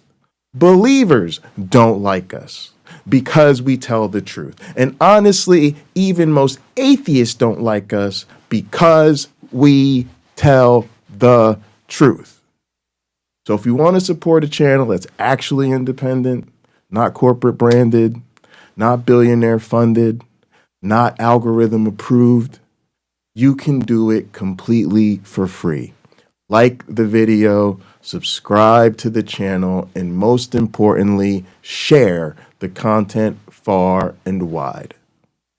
Put other creators on to what we do.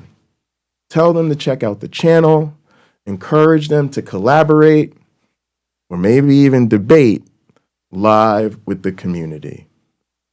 And if you want to help keep the lights on or dream with us about a future where we can do this full time, you can drop a few ducats through Ko-Fi or become a member. Most importantly, stay connected with the movement. Join our Discord and pull up to our live headquarters inside Work Adventure. All those links are in the description. This isn't passive entertainment. This is a takeover. We are taking over the internet. We are taking over the internet. Appreciate y'all. Just want to send love to everybody out there. Appreciate y'all rocking with us tonight. Appreciate y'all watching the stream. Let's keep it rolling. Also, if anybody is connected to these people, we don't give a fuck, y'all. Nobody likes us anyway. Nobody's checking for us. You're not gonna fucking ruin our future out here on YouTube. Start dropping these fucking streams in these fucking channels. If you're in like a Midas Touch Discord or something like that, drop this shit in there. Get some of their mods' opinions on this shit. I want them to hear these fucking takes. I'm tired of this shit. Y'all think I'm fucking playing out here. I'm not fucking playing out here. I'm tired of this shit. Let them know I'm fucking tired of this shit. I unsubscribed, so, and I ain't in their fucking Discord. Or else I would drop it on them myself. But fuck these people. We gotta start blowing this shit up. Again, these people ain't helping me. They're not helping me. So I have no interest in maintaining their fucking status in the fucking space. Supremacy should continue to dominate our norms and institutions. And using Christianity and using Jesus as props for a political agenda. But the Bible talks about but see, notice, you catch that? The other side is using Jesus as props for a political agenda. The other side's doing that. To dominate our norms and institutions. And using Christianity and using Jesus as props for a political agenda. Dominating our norms and institutions and using Jesus as a prop for, and again, we can't talk about the fact that the Jesus part is not even fucking true, y'all. That is how fucking suffocating and oppressive white supremacy is. The white man's religion gets to be sitting on some bullshit, gets to be the most fairy taleist shit of all fucking fairy tales. And he gets to say the other motherfuckers are using it as a prop for a political job. What the fuck are you doing?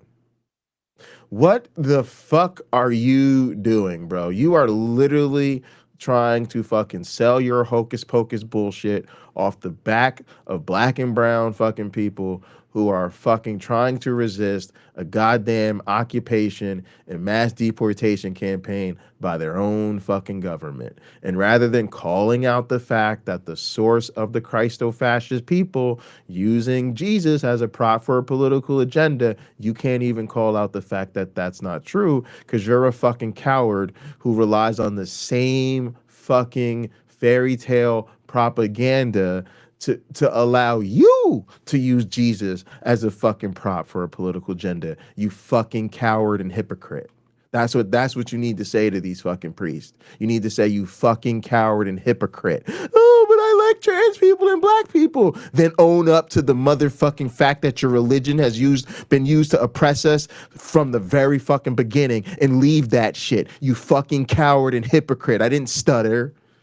But the Bible talks about this, right? And in a way that's been so co-opted by those Christians as well. When we talk about the Antichrist, who so many evangelical and fundamental Christians are obsessed with, the Antichrist in the book of Revelation is a figure that claims to be Jesus, but is used for the political ends of the empire. And we're seeing that play out in real time for not the first time in history. And a lot of Christians are awakening to that fact, including Christians in conservative churches who are realizing how much they've been lied to. I've been talking to a lot of Christians in more conservative. Again, there's a lot of fucking these people. They're called atheists, particularly ex-Christians. Yeah. See, this is why Christianity has to go down with Trump, yo. Because that's the same shit, but they won't humanize us. They won't humanize us realizing we've been lied to. Instead, the left is going to humanize the people on the right. They've been lied to. Those poor white folks over there on the conservative side. And see, that's the other fucking negotiation that happens that y'all don't fucking talk about. Y'all lucky this shit happened and I didn't see all of this because y'all are getting some real good shit, which is just me reacting to this shit wrong real time. Excuse me. Sorry. But for real, y'all got to pay attention to this shit because think about the subtleties of what I'm really trying to show you right now. It's not just them selling us up the fucking river. It's literally them, again, humanizing the other side rather than humanizing their own base, or humanizing to the right instead of humanizing to the left. Again, humanizing towards Christo-fascism rather than humanizing towards the secular establishment in the separation of church and state and really a truly United States of America. Instead, it's no. Again, the real victims in all this, the real victims aren't all the fucking black and brown people and poor people and women and everybody, LGBTQ, everybody else that's been suffering and the immigrants and all that. No, the real fucking victims is, again, them poor white folks who have been duped into a false sense of Jesus. And what they really need is the true Jesus over here on the left. So you have to see how even that aspect of it is used to center the religious, therefore centering the motherfucking white folks, and then telling the left, stop paying so much attention to them fucking marginalized people, because again, now they're giving you the two motivations to do it. Number one, you got to start focusing on them white folks on the right because number one, that's how you get enough political motion. That's how they sold up so many fucking atheists. So many atheists, they just cut y'all fucking nuts off. They just made you a totally useless fucking resistor because you can't think past numbers. So every time they say to you, well, you're going to need the Christians to fucking achieve your political agenda, you're like, oh, okay, you're right. I guess I better shut up and stop criticizing Christians. So they get you on the political, and now they're trying to get you on the moral and the social. Now they're trying to get you to feel like, well, those Christians were led astray, and those poor things, they're really the victims, and they lost sight of the true Christian way. So again, reinforcing you centering and focusing Christo-fascist assholes rather than the victims of the Christo-fascist assholes. That's why this shit matters. That's why the left sucking at its job has real life fucking consequences that need to be fucking talked about. Conservative states and Christians of conservative denominations who are also realizing that what we are practicing at Broadview, what clergy are practicing at Broadview, is really just the most fundamental form of Christianity, to show up with our bodies in the way that Jesus did and advocate for the rights and the dignity of our neighbors, even at the cost of our own safety. And it's been inspiring to me to see how many Christians are really picking up that call and taking it seriously. And I think one of the impacts of this moment, maybe in some ways because of what Trump is doing and not despite it, is this revival of really pure and progressive Christianity that is organized. Pure and progressive Christianity. There you have it. Gang, it's I'm sorry, it's just, you're just too obsessed with appeasing white people. I'm sorry, I don't know how else to say it. Don't know how else to say it to you. Why does the white man get to bullshit us? Why see, like, a lot of us is in this shit for real, y'all. That's the problem with all the things going on in this atheist space. What is the problem? The problem is people are putting themselves in positions of leadership, positions of expertise, positions where they're responsible for shit, and they don't know what they're doing because they don't have the lived experience or the expertise. You start talking to people who really live at the intersection of so many of these fucking intersectional issues. Their lived experience makes them so much sharper, so much deeper, so much more for real, because they understand it by way of life. They understand it in their bones. And then there's motherfuckers who really get expertise. They really go to school and study shit. They really take them sociology classes, them anthropology classes, them economics classes, them psychology courses, them economics classes, the philosophy courses, whatever the fuck it is. And it matters when motherfuckers don't know what the fuck they're doing. And so, like, you can't have this shit. Like, we have to be critical. We have to say, like, I'm sorry, like, this is not proper leftist fucking content. You have to deconstruct Christofascism. We're not asking you anymore. We're not requesting it. It's not like a little, hey, if you could like sprinkle in a little like secular humanity, I'd appreciate it. No, it's a demand. Because we're tired of fucking playing around. So you got to stop with this thing where they get to be the good liars. We see you. We see you. We're people. We see you. We're not dumb. We see you continuing to privilege their lies. Why is the left privileging these white people's lies? Why? If you don't want to answer the question, why are you doing it? Why are you telling us it doesn't matter if we're religious or not? It doesn't matter if we're believers or not. It doesn't matter if we're Christian, atheists, Muslims, none of that shit. We should celebrate this because Christian pastors have moral authority? And we should celebrate them exercising their moral authority? In a book that says everybody that doesn't believe like them is going to hell? In a book where the God sacrifices himself to himself for himself to appease the fucking murderous instinct that he created himself? The one where they sing songs about the God that drowned the whole planet and said, sorry, next time I'll burn the whole planet? That guy? The guy that commands rape and genocide and that the rapists marry a rape victim? That guy? The holy book with the handbook of slavery inside of it?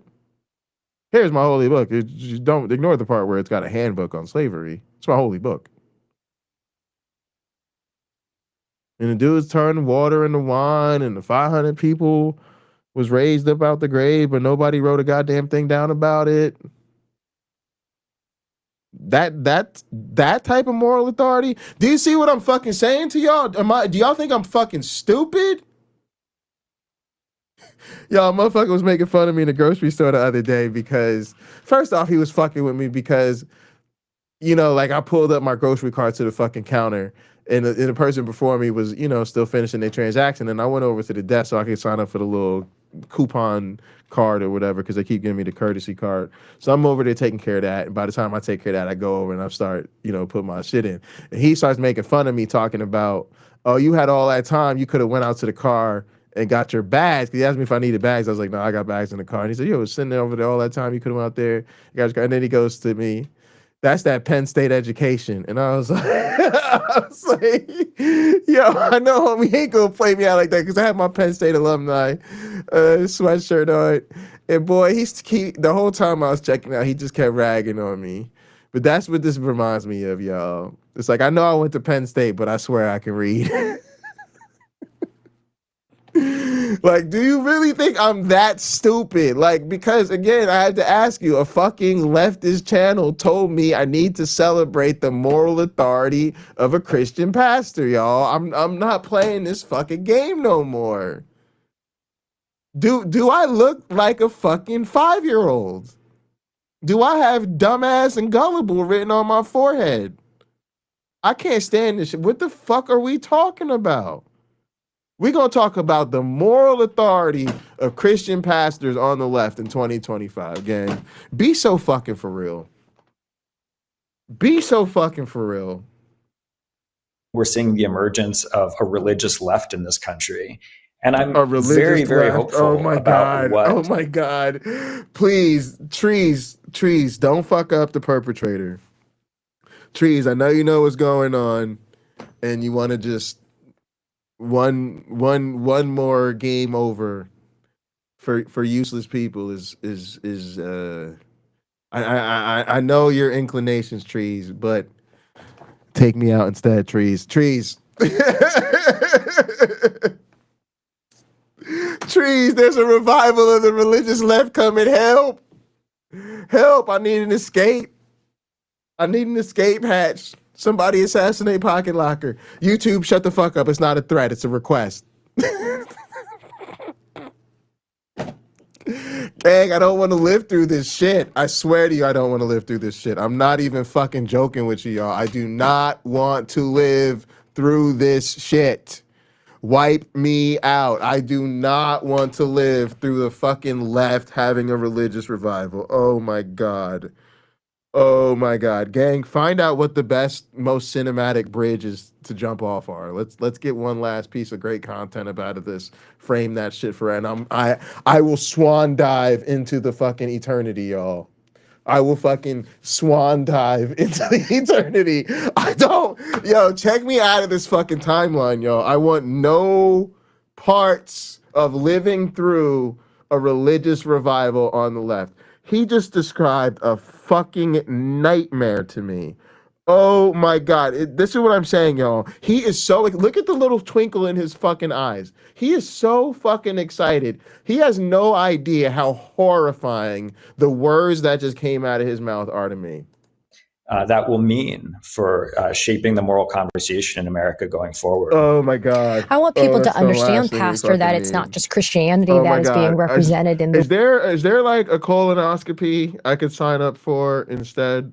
Uncle Bobby was talking about jerking off with sandpaper. Fuck it, I might give it a shot, y'all. I might give it a shot. Anything other than the fuck he talking about. Works that are being done at Broadview. I had the pleasure of also speaking to Reverend Paul Rauschenbusch from the Interfaith Alliance, and we were talking about how at Broadview and at other places across the United States, we have pastors, reverends, standing next to priests, standing next to rabbis, standing next to imams, and then there's people that have no faith. Just and we're tired of all the fucking losers. Can we just get rid of all these fucking weirdos? I'm sorry. That needs to be what we talk about. Yes, you are free to have your fucking religious expression, but the rest of us are also free to tell you how weird it is. And we need to start expressing ourselves a little bit more up in this motherfucker. That shit is weird. And also, it's pathetic and desperate that y'all can't stand on business about the fucking differences between you. The fact that y'all literally talk shit about it like, oh, if you're an evangelical Christian, the Catholics are really going to hell because they're not really Christians, and you know the Jehovah's Witnesses damn sure ain't no motherfucking Christian. Y'all talk mad shit about each other. Then y'all talk all sorts of fucked up about every other religion. But get into a room with some atheists, y'all, and y'all just be harmonious and you're all on the same page, and all of a sudden you're all ecumenical, and there's a true divinity that all of you are all of a sudden just tapped to in different yet compatible ways, and all of this fucking harmonious, we are family shit. And it's y'all, I'm just gonna tell you, it's weird and it's fucking pathetic. It's weird that y'all talk all that shit about each other, but when we're in the room, y'all ain't got no kind of smoke for one another. It's just, I think it's because you're cowards, if we're being honest.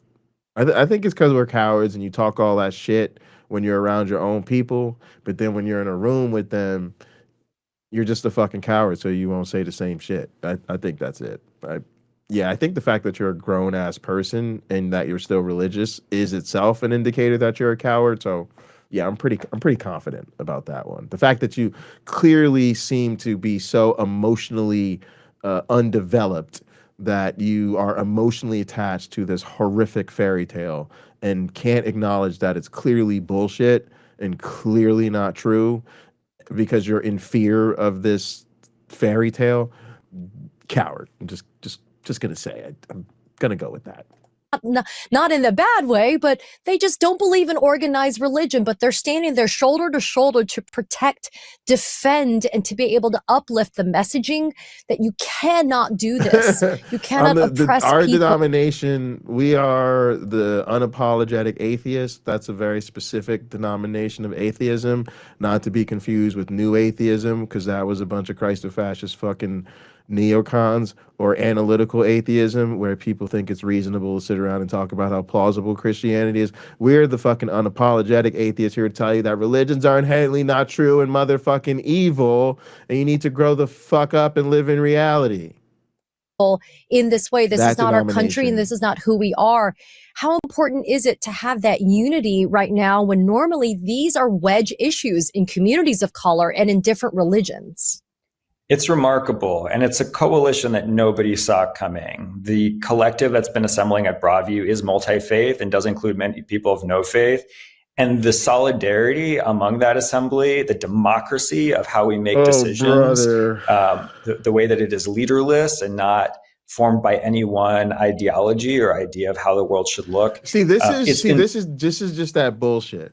This is that bullshit. They've literally spent this entire time telling you how much we need his message of faith and hope and Jesus. He was literally there to minister to the fucking ICE agents, to tell them to repent, for the kingdom of heaven is at hand. But now, all of a sudden, this religious revival that we're about to have is the true key. It's going to unlock the true liberal, progressive, friendly Barney the dinosaur Jesus. I love you. You love me.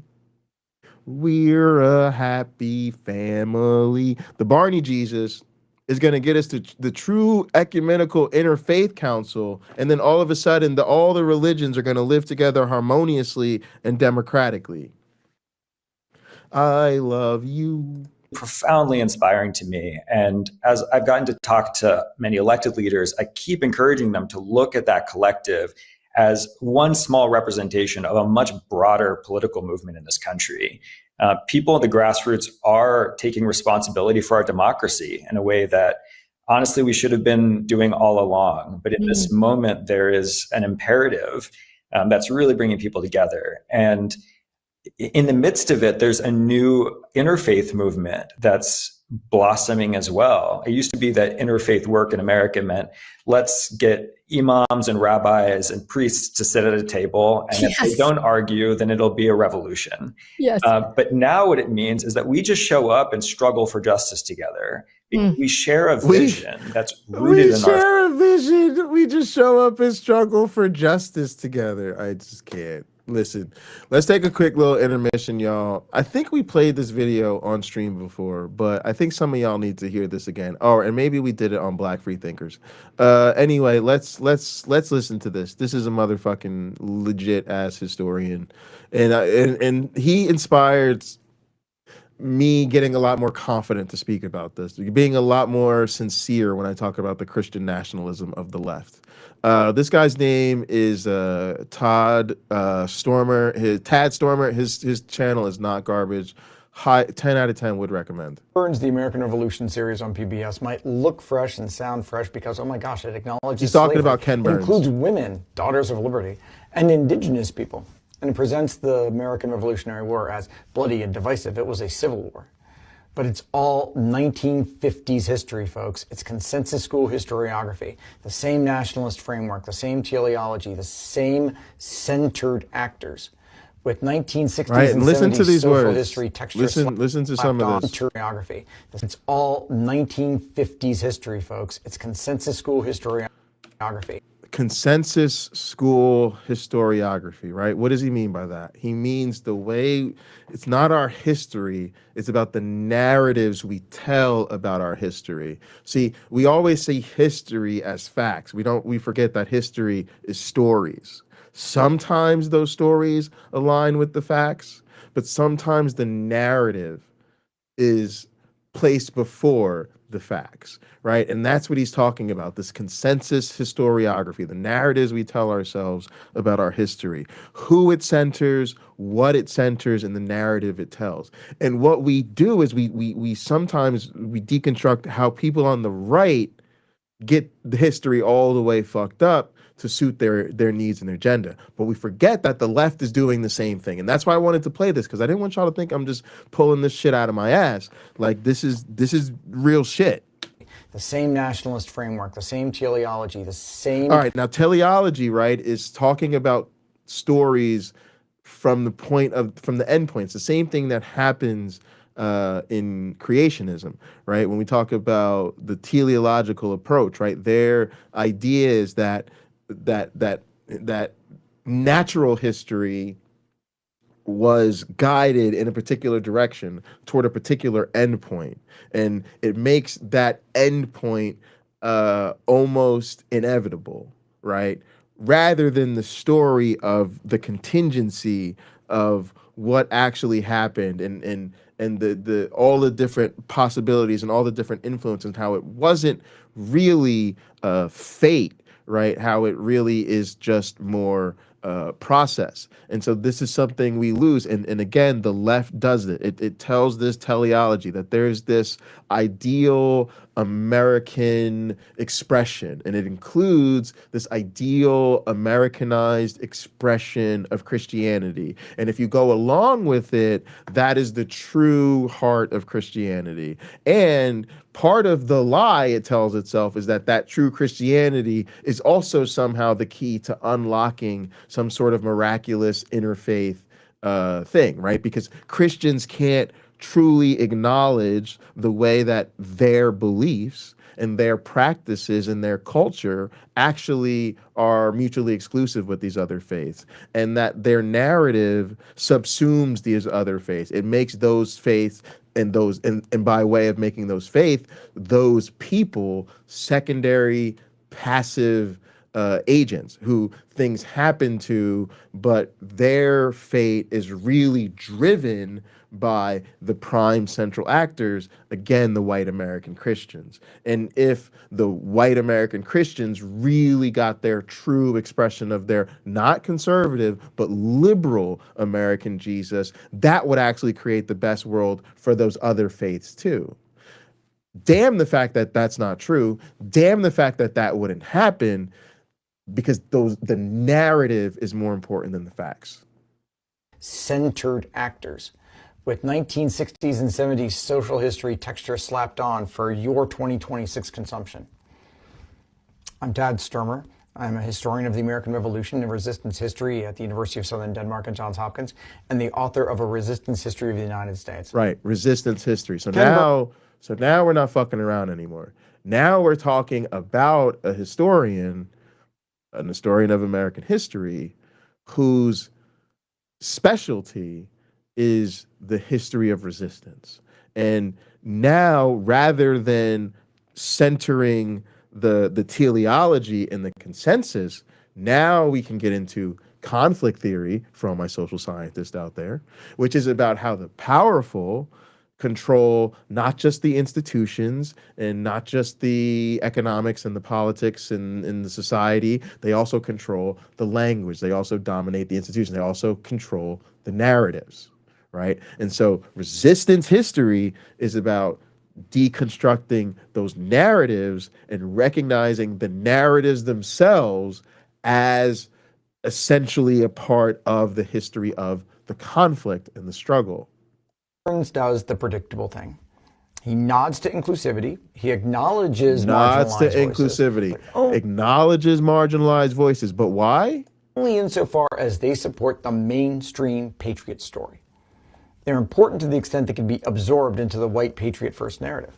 They have to share in that identity, not challenge it. The challengers can be distinguished and dismissed fairly quickly and adeptly. Ken Burns told Time about this project. The American Revolution is the most important, consequential revolution in history. We then spend the next 12 hours trying to prove it. It's a mission teleology. Conclusion drives the investigation. That's not history, folks. That's nationalist propaganda with better production values. There it is. He wants to, quote, put the us back in the U.S., end quote, by showing we were more divided then than now. Classic consensus move. Acknowledge conflict to assert deeper unity. And either way, you're not doing history. You're nation building. You're identity weaving. But the consensus school did just that. It dominated American historiography from the late 1940s, coming out of the World War II patriot myth era, through the early 1960s. Hofstadter, Hartz, Borston, Edmund Morgan to a certain extent, Potter, reacting against progressive historians like Charles Beard, Arthur Schlesinger Sr., who emphasized class conflict and economic interests. Consensus historians... Right? Now imagine how your understanding of what America is, or what it means to be American, or who embodies what it means to be an American, if the history you were taught centered around struggle, centered on resistance, centered on class consciousness, centered on conflict, rather than telling the wonderful patriotic narrative that just sort of just suggests that it must have been as designed by God himself for us to take our place on the world stage, right? And then everything that we're told fits that narrative, right? We're always the heroes, we're always the good guys, we're always freeing people, we're always the liberators, right? Americans shared fundamental values: property rights, individual liberty, capitalism, constitutional government. Conflict was superficial. Core principles were what mattered. And it's Cold War historiography. It's produced by these ex-leftists, for the most part, who'd soured on communism. So it emerges from fighting fascism into battling Soviets, emphasizing American unity, serving clear ideological purposes. And what made it powerful and insidious? It claimed objectivity. It presented itself as just describing reality, not making arguments. Americans really were unified by founding principles. Historians were just recognizing facts. Slavery became an aberration, not foundational. Women and indigenous people disappeared. Class conflict was un-American. And John Hickham's 1959 critique of them exposed how this homogeneous conception of the past erased all of the actual conflicts. New left historians finished it off in the 1960s and 70s, centering what consensus history had largely erased: race, class, gender, social movements, ordinary people. Demographic transformation of the profession, women, Black, Latino, Asian scholars, made the unity fiction unsustainable. But consensus history shaped two generations. And so you have to deconstruct that as well. You have to think about this. One of the things I try to do, especially when teaching the social sciences with my students, is getting them to think critically about the narrative that they're being told, even in the class. You know, it's important to present their textbook as something that's not to be trusted based on authority, but something that is to demonstrate its claims via the evidence, while also needing to be deconstructed in its own humanity. Meaning, what difference does it make when white people teach race and sociology and gender, especially in a setting like mine where I teach very diverse students? And I have, some settings I teach in where I have a substantial number of white students, but I have other, things where I teach, and almost invariably all of my students are minorities, right? And so it's important for them to understand how marginalized voices are excluded from not just history, but the history of our disciplines, the history of our fields, the history of our profession. And then how does that affect what is taught in the classroom? And so it's very difficult to teach students the basics of sociology while teaching them to challenge the source of their understanding, right? But this is why we have to do that, because otherwise we're not doing sociology, right? Otherwise we're not critiquing the social environment and cultural manifestation that the products of education represent, right? So we would be doing them a disservice. Dominating textbooks, popular histories, public discourse from 1950 to 1975. Anyone born and raised in that period, Ken Burns, born in 1953, Steven Spielberg, born in 1946, boomer filmmakers, journalists, public intellectuals, absorbed all of that. America is exceptional. The founding is unifying. The Constitution represents shared principles. American history was progress toward realizing those principles, and that's it. But after the consensus school collapsed in academia, it kept structuring popular understanding because those storytellers, film, television, museums, had been educated in it. They learned it young. It's their baseline. You can update it with social history, become sensitive towards it, add marginalized voices, acknowledge ugly realities. But if the fundamental structure remains, America was founded on shared principles that ultimately unified us, you are still doing 1950s consensus history. Gordon Wood, who's 92, and Joe Ellis, who's 82, anchor that. They both maintained what Ellis called the older classic questions about founding principles. In 2018, they whined together that social and cultural history was overshadowing positive founding narratives. But Atkinson, Schiff, Philbrick, they're not scholars. They're popular writers.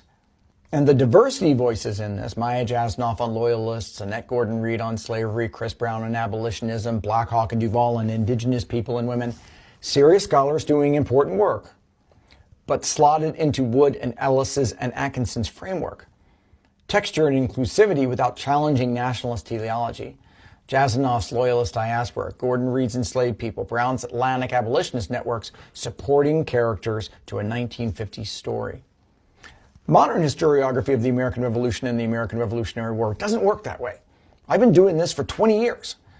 It doesn't treat the revolution and the Constitution and independence as part of the same inevitable event. It doesn't center, how did America become America? I don't care, not my job. Our job is to tell you how things happened, when they did, the way they did, and to get as close as we can to the truth so that you can figure that out for yourself and assigning any kind of values to it. We ask questions like, whose revolution was it? Whose war for independence? Which resistance movement succeeded? Which got crushed? Why? How did imperial crises create multiple contested futures?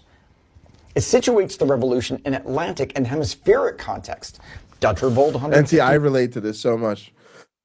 The reason being because even though I'm an evolutionary biologist, I study history and I study the contingency of history. I literally study how much does evolution depend on history, meaning how many things can evolution overcome, because with enough, selection pressure on the right lineages, even though there's, different starting points in different environments, with a strong enough environmental pressure, you can get the similar solution, right? How do you end up with really large fish and aquatic mammals, right, that adopt the same body shape, right? Even though they had been separated for a really long time, they still had enough in common from their shared history and a strong selective pressure in a shared ecological niche in a particular environment that they were able to overcome that history. Okay? But, why don't humans fly? largely possibly because the essential foundational stuff you would need to do so just never evolved in our lineage as a consequence of our history, therefore cutting off certain possibilities. So not only does history matter, it's a real question as to how does history matter, and when does history matter, and in what ways does history matter, right? And it's the same thing. So I can relate to that because that's what he's saying. That's what real history is about. It's about understanding the richness, the contingencies, the constraints. It is not about just telling the narrative that happened as though that's what had to happen, as though that's the only story we know. And people tend to see evolution that way, right? They tend to think about the story of our natural history, the one that we have, the one that we know, as how it must have to be. And it's our job as evolutionary biologists trying to understand the significance of history to imagine alternative worlds, and in systems where we can experiment, investigate these questions. And so it's just really super refreshing to hear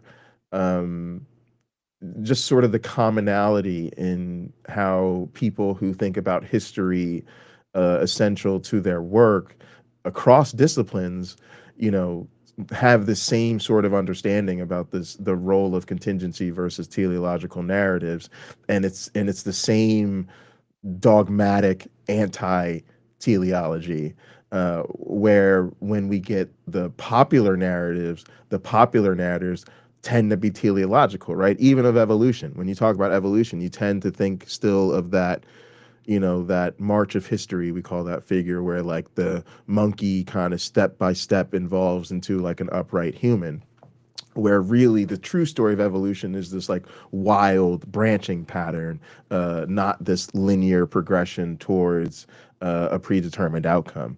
And so both in biology and in history, the people who I think are really, really doing the important work realize how important it is to fight against those narratives, because they color the way people see our disciplines in ways that are not true and not effective, and really allow people to miss the point. Years earlier, Haiti more radical, America one contingent outcome among many possible worlds. Burns can't engage that scholarship without abandoning his premise that the American Revolution was the most important consequential revolution in history. It would require treating the founding not as an origin of unity, but just as one contested outcome, most alternatives foreclosed by violence. It would require seeing the Constitution not as a fulfillment of revolutionary principles, but as a betrayal. And would require placing America in a world of revolutions, not treating it as exceptional. Instead, Burns does what consensus historians did. He acknowledges complexity and conflict, surprises you with it. He includes marginalized voices. He absorbs everything into American unity and exceptionalism. The marginalized matter insofar as they contributed to America, not as people with their own goals, their own visions of freedom, their own insistence on achieving liberty, and their own resistance movements the founding co-opted or crushed, or that they succeeded in making Black loyalists anybody. And then you see that, and that is so much of what I'm talking about with the other thing, right? Is they're allowing that American Christianity first narrative to just subsume everybody else's identity. Damn the fact that not only are these, their own deep traditions with their own goals and agenda, that is not primarily concerned with supporting the Christian dominance. And damn the fact that many of these same groups are oppressed by these people. We can't have that. We have to rally around the narrative that if these American Christians get what they want, that will actually create the path to harmony for everybody else. Collapsing all of that rich and tension and diversity, collapsing it all down to a common narrative that serves who? That's the question. That serves who? 1950s history conditioned by 1960s and 70s social sensitivities by a 72-year-old filmmaker educated in consensus tradition for 2026.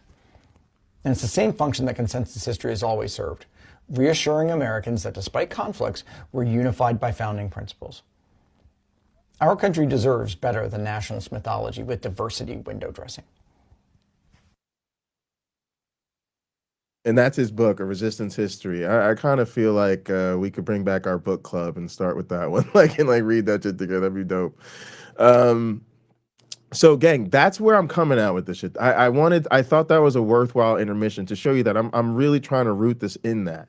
I'm really trying to say, like, yo, this is a resistance moment, and part of what, to me, needs to be fought for is that true secular, leftist, democratic resistance movement and energy. Same thing tying back to our last stream where I talked about, basically leaning into reclaiming redneck because of its history of really being about resistance and class solidarity.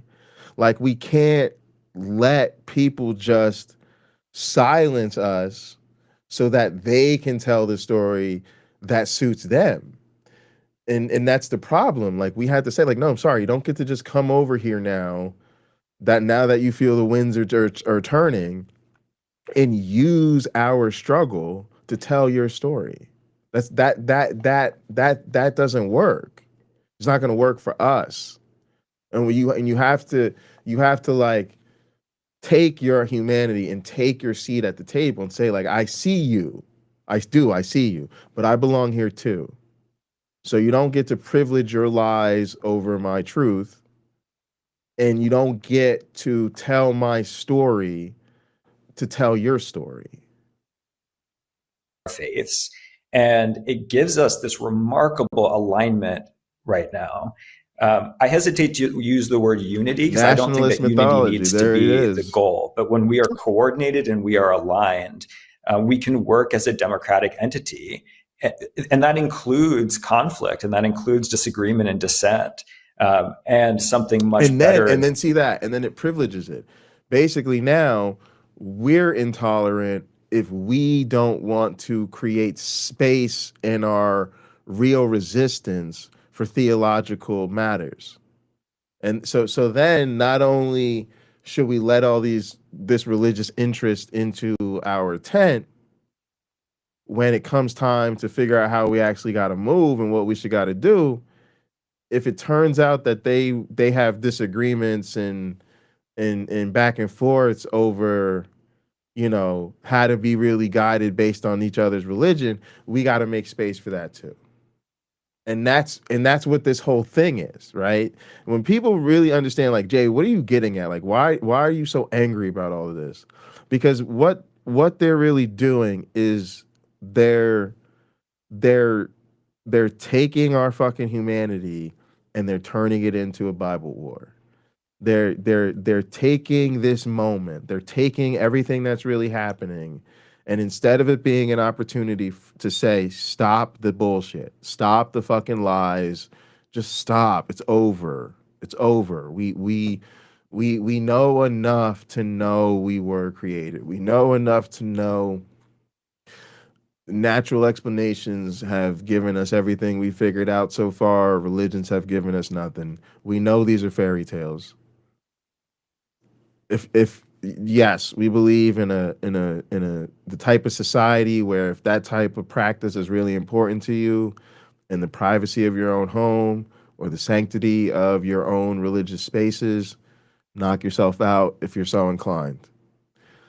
But the days of demanding that the rest of us acknowledge some kind of religious legitimacy in order for you to sign off on our humanity, that has to be deconstructed. Because again, we can't have reconciliation without truth.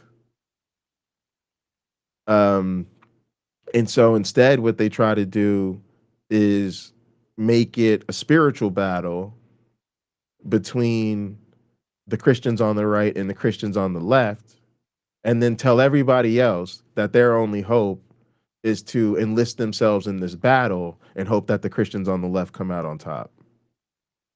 And then promise that that's actually going to be better for everybody else. That's why you have to resist it, because again, it is Christian nationalism. It's a different flavor of Christian nationalism, but it's Christian nationalism nonetheless.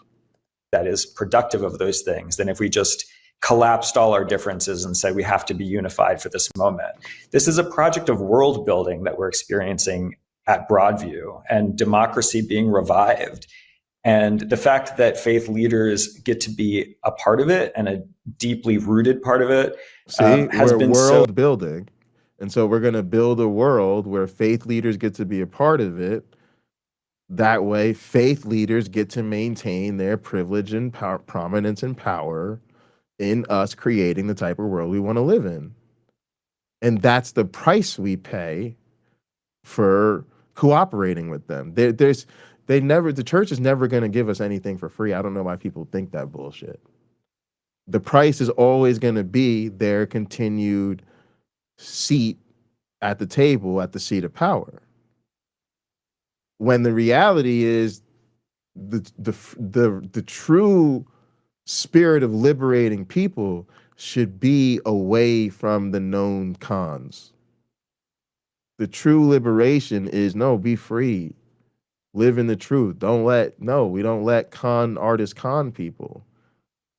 I don't care what it means to them. Fuck that. We have to recognize the risk of the con artist. It's about rooting out the fucking con artists from society. Religion's a fucking con. It's a game. It's a scheme. It's bullshit. So we have to understand we can't afford to have bullshit when we got to handle real shit. So that does require resistance, because again, you have to recognize that that's what they want. It's like the mob. Like, you got to take the mob down. If you don't take the mob down, they're going to keep running their fucking hustle. Same thing with the church. So wonderful to me, and I'm so grateful for that opportunity, because in the same way that many of the people that I pastor are disenchanted with American norms. Y'all, let's Google pastor arrested in the last 60 days, and then somebody else read the Bible from cover to cover and see who finishes first.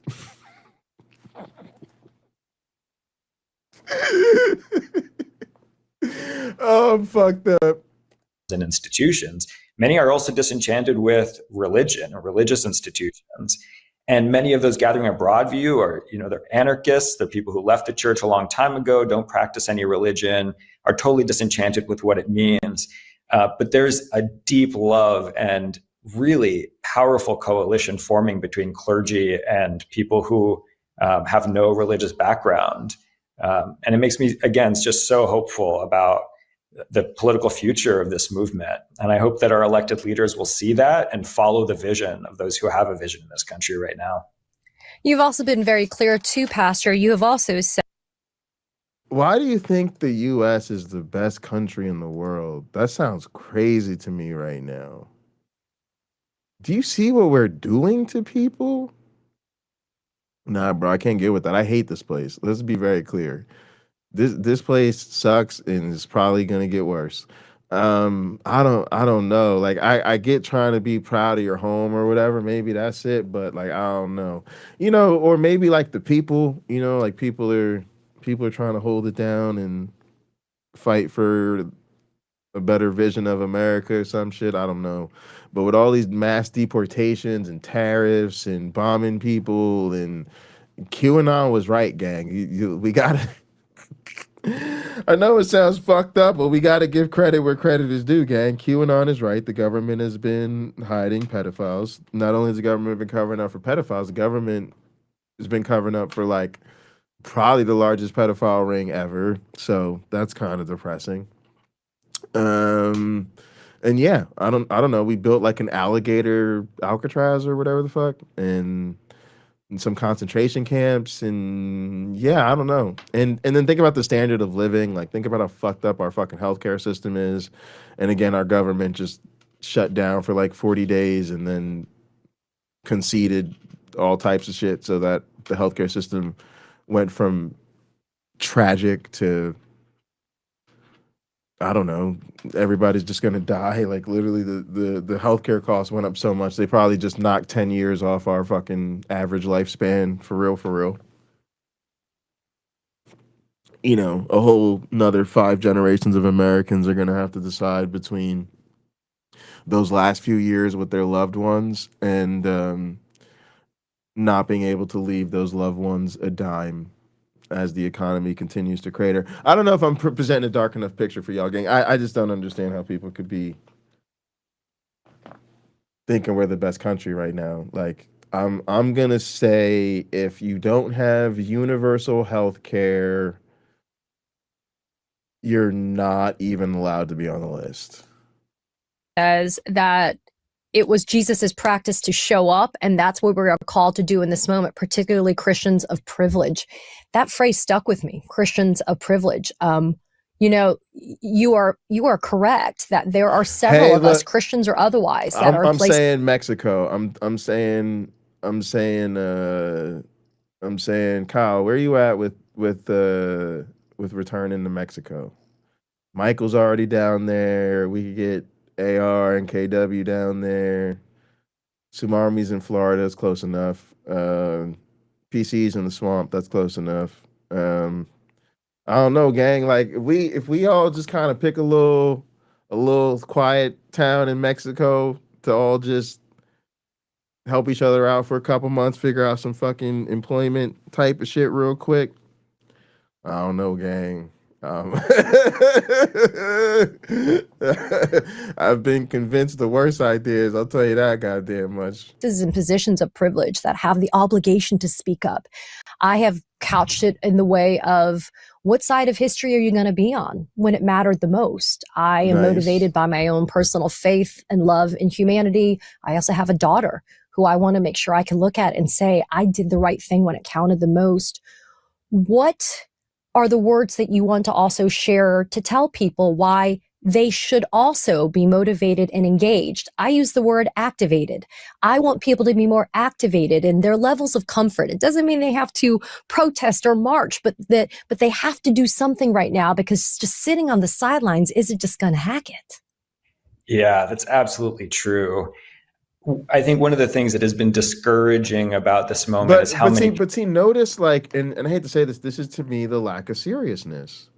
You don't get to come on the fucking YouTubes, and I hate to say this about Midas Touch.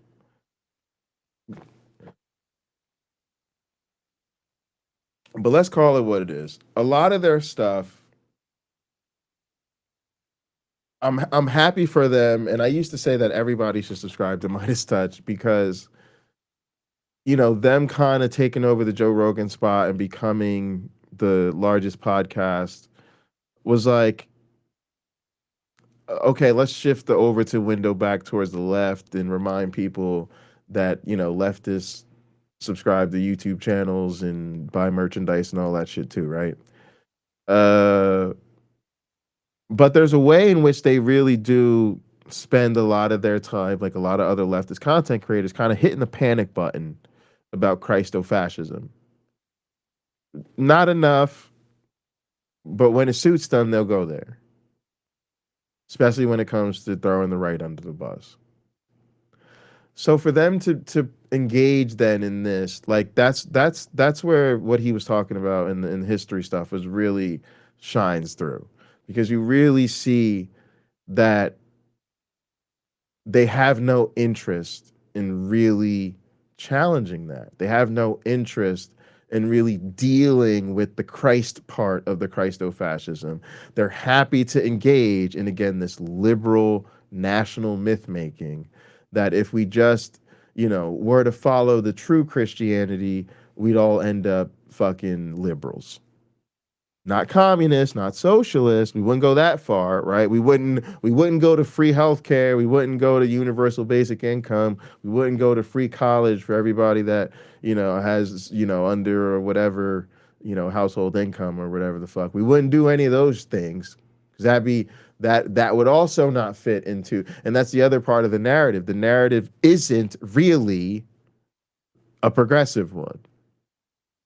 It isn't really one that would bring about a more socialistic or egalitarian or humanist or materially better world for people, but it would reify the liberal Christian national narrative while at the same time not challenging the status quo. Getting people to feel they had really fought back the fascism without really having to deal with the Christo-fascism. So again, feeding us to our enemies. Because again, the solution is still Christianity. So we should still be going back to church. We should still be celebrating faith. We should still be acknowledging and uplifting the moral authority, not their words, not mine, the moral authority of Christian pastors.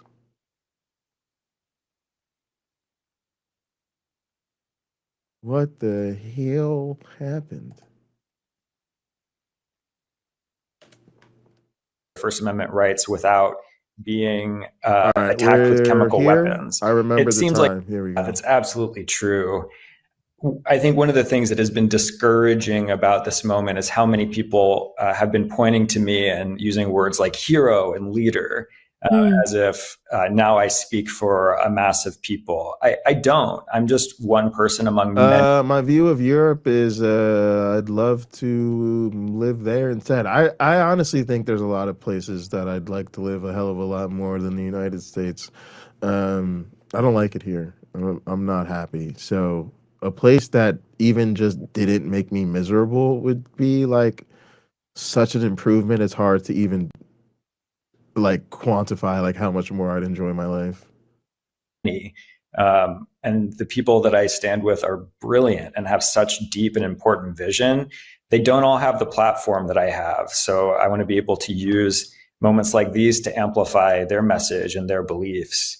I think everyone who has grown up in this country has been acclimated to being a consumer. And that extends to how we participate in our democracy.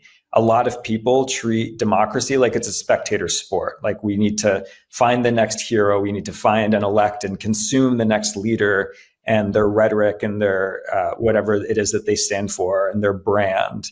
But that's not how democracy works, and it never has been. And we are not spectators. We're not audience members. And we need to wake up to the fact that there is no stage. Like we are all in this together, and democracy only works when we take responsibility for the norms and institutions that we share. I think there were a couple of generations where people just kind of assumed that no matter what happens in the world, we'll always be able to lean back on the norms and institutions of our democracy. Like they're pillars that will always be there. But the reality is that we need to co-create these things in real time. And what we're experiencing is the erosion. Like, why does a God that nobody can actually demonstrate or even provide a good argument to support the existence of, why does it get to be assumed that these faith leaders have a role to play in constructing our democracy? Why do we allow that? And how dare us then point the finger at Islamic states or Jewish ethno-states? Because it's still so comfortable for us to fall back into the creation of an American ethno-state that does continue to just privilege the religious identity and indoctrination of white Christians. And it's disgusting. It's disgusting that it's 2025 and we have to keep playing this game. And then motherfuckers are going to put pressure on us like we're being rude about it. I'm not being rude about it. But what I am is I'm being critical. And let me address something that I think a lot of people struggle with. You don't have to hate the things people say. people have become so, I don't even know what the right word is, but so uncritical that it's like they only feel right going after people who they vehemently disagree with about things. And it's like, oh, if somebody says nice words or I agree, loosely with whatever they're saying, like, oh, I shouldn't go after them. No, you have to be serious about how power operates. And you have to be critical. You can say, like, hey, look, I like what you have to say. I'm glad you understand, you have a certain understanding of these issues. I'm glad you are willing to participate the way you are. I'm glad you're willing to speak out the way you're willing to speak out. I can feel that way and still be incredibly upset about the way in which what you represent is the liberal whitewashing of Christianity and Christian nationalism on the left, and recognize that that's a fucking problem. And yeah, it means we're gonna have to say some rude shit to some pastors to put them in their fucking place. We wouldn't have to do that if they would understand their place and take their place. But again, they continue to move and operate in privilege. So that privilege has to be deconstructed, and then the privilege has to be unprivileged. And yeah, it's gonna feel like telling Pastor McDreamy here, thanks, but no thanks. Of our democracy, because people aren't in the practice of doing the things our Constitution calls us to do, like assemble peaceably and call for redress of our grievances and figure out again and again with our neighbors what it means to be a society, a pluralistic society that says yes and to everyone's beliefs and values. But no, wait, we can't go SoCal. We're trying to flee this U.S.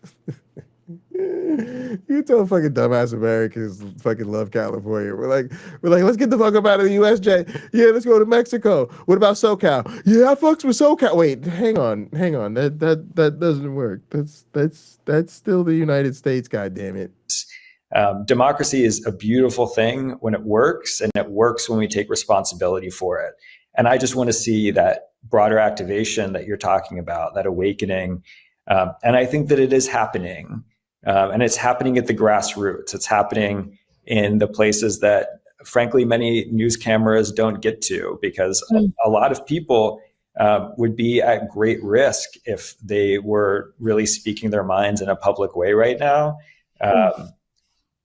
And so to get back to the question of privilege, I think it's so important. I wonder how he feels about fucking atheists. I wonder if he would speak up for how important it is that those of us who don't believe in a God have the right to publicly protest God being invoked in support of our humanity.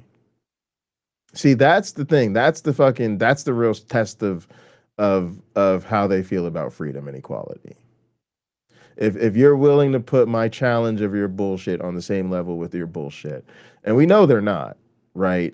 Or they do, and then they just insist, right? They just get to assume the position of I'm dogmatically holding on to my beliefs no matter what anybody says or does. That's the other thing that pisses me off about it, is that honestly, these motherfuckers get to pretend that they're honest people when honest people are not dogmatic. Honest people have to bear the burden of examining their beliefs, particularly the most extraordinary ones. And when the evidence isn't there and you keep believing it anyway, you're being dishonest. And that's how I see it. It's so naked to me, because it really just becomes who gets to be dishonest without being labeled dishonest. This is what we call symbolic interactionism, right? The social dynamics and the social the way our culture dictates who gets what label. So for me, from where I sit, it's just so obvious that religion isn't true. It really becomes a very serious question. Why do certain people get to just continue to lie about this thing without being labeled dishonest people and without being challenged as to their seeming lack of interest in whether or not any of this magical bullshit is even true. How fucked would I be as an evolutionary biologist if I tried to go somewhere and teach people biology and about how evolution worked, and I had nothing to back it up? No fucking evidence, no good arguments. Like, it's so disgusting to me to just see the double standard, to just see that the religious class is effectively just a privileged and protected class of liar, that they're essentially con artists who have found a socially acceptable con. And to have people claim to be leftist but not willing to deconstruct the con, the clear and obvious con of religion. And it's so dehumanizing and disgusting. That's the thing that's disgusting about it, is it presents itself as the civil thing, right? I sound like the mean guy. I sound like the crazy person. I sound like the raving lunatic. I sound like the uncivilized one. But I'm the one who's saying it shouldn't be okay to tell people they're going to burn in hell. It shouldn't be okay to indoctrinate children. It shouldn't be able to claim that me telling you you can't marry children and we're not going to lower the age of consent is a violation of your religious freedom. You shouldn't get to say that your religious privileged position should not make you a mandatory reporter when anybody else in society in a privileged position, myself included as a professor, becomes a mandatory reporter. You shouldn't get to move around criminals and predators from place to place and then claim publicly moral authority. So that to me, like that, and that's where, like, so many of these atheists, that's why they're fucking useless. That's why this atheist movement has been useless. It's why it's one of the reasons. It's not really the reason. It's not really the reason, but it's one of the reasons it's a good idea to boycott all these organizations. Now, since we're boycotting all the atheist organizations.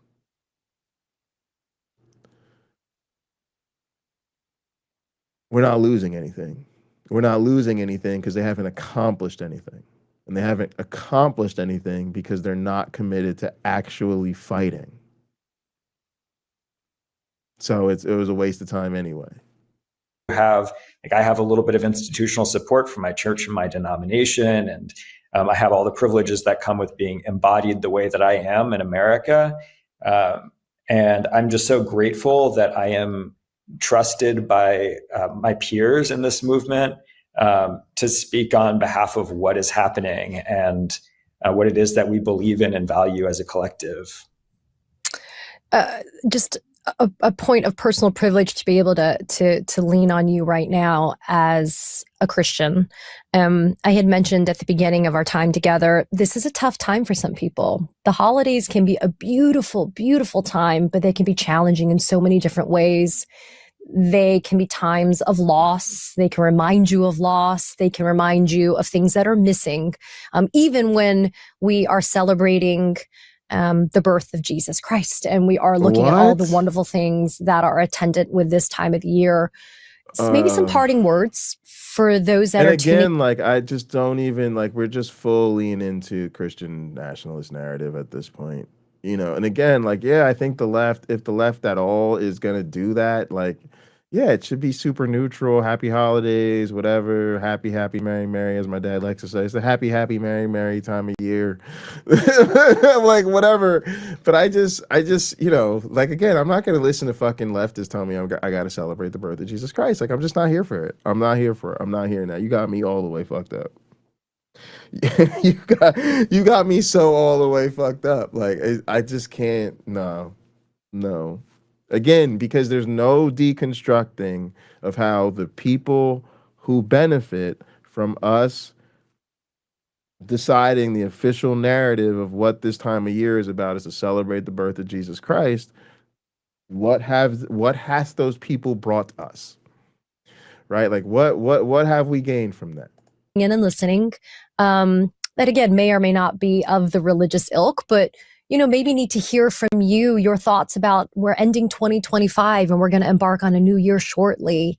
And from your Thank point God this of year was having ass. interacted and gone through everything you've been going Yo, through, 2025's got to go down as one of the worst fucking years ever. Good riddance. This year was trash. this year, your thoughts about having hope.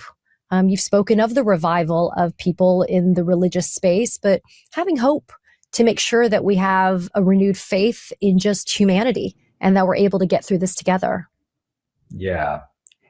This can be such a difficult time of year of people, whether they're stressed about meeting all And their then family. again, and here's and there's the dupe. The pastor was brought here, like they said at the beginning, to deliver us a message of faith and hope. And so here's the fucking switch. Remember I said they're always pretending that Christians are secretly humanist. And so that's how she set it up. I know people are struggling. There's so much going on. The world fucking blows right now. People are losing their faith in humanity. So then here's the left telling you, damn, come on, pastor. Bring it home, pastor. Pastor, give us a message of faith and hope so that you, white man Christian pastor, can restore our faith in humanity. Now, if you don't know what the fuck white saviorism looks like, you do now. Okay? This is what it looks like. Even the left. And because remember what they told you at the beginning. Y'all thought I was fucking around. Y'all thought when I came in with the worship music, I was losing my mind. Then y'all thought when I started saying, what, you're an atheist? I don't give a fuck if you're an atheist. You better worship Jesus. That's how they set this up. Remember they said that. I don't care if you're religious or not religious. Doesn't matter if you're Christian, Muslim, Jewish, whatever you might be. You have to celebrate when these people of moral authority use their moral authority for our good. And so if you're lost your faith in humanity, we're here to tell you, no matter what you believe, listen to this Christian pastor, because his message of faith, his message of hope, the true Christian message of faith and hope is how you restore your faith in humanity. Not your faith. See the myth? No. What is Christianity? Gang, is Christianity a religion about restoring your faith in humanity? Or is the Christian pastor's mission to restore your faith in God? See the switcheroo right there? We took your desire for humanism, your instinct about the significance and legitimacy of the enterprise, if you will, of another human life, how much you should value the humanity of other people. And then we took this fucking cult ass message, which is really about believe this cult ass message or perish and be tortured forever. And we said, actually, the message of hope from the motherfucking cult is how to restore your faith in humanity. That's depraved, y'all. That is depraved to tell me I got to listen to a message of hope from these motherfuckers to restore my faith in humanity. It does nothing. I'll be honest, what it really does is it makes me despair that you think something so inhumane could be useful for restoring our faith in humanity. That actually makes me severely depressed and anxious about the fate of humanity. It's not uplifting. It's not a message of hope. It is a fucking nightmare. Obligations, or whether they are lonely and isolated and have nowhere to go and feel at home. I think part of the political revival that I am witnessing in Chicago is people taking responsibility for their neighbors and their neighborhoods. I remember being taught in grade school to be afraid of strangers. And I see that fear of strangers all over the place. And I think that it's contributing so much to the xenophobia and outright racism of what the Trump administration. And how many people think he was raised Muslim? How many of y'all think he was raised Jewish? Or was he raised Christian and taught to fear strangers? Just asking questions. Is being allowed to get away with.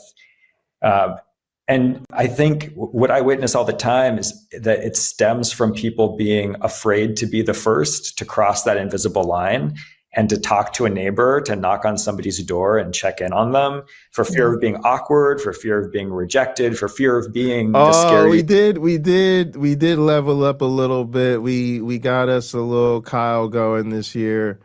Gang got a little bit of an upgrade. All right, that's true. It just means 2025 wasn't all bad, but Kyle,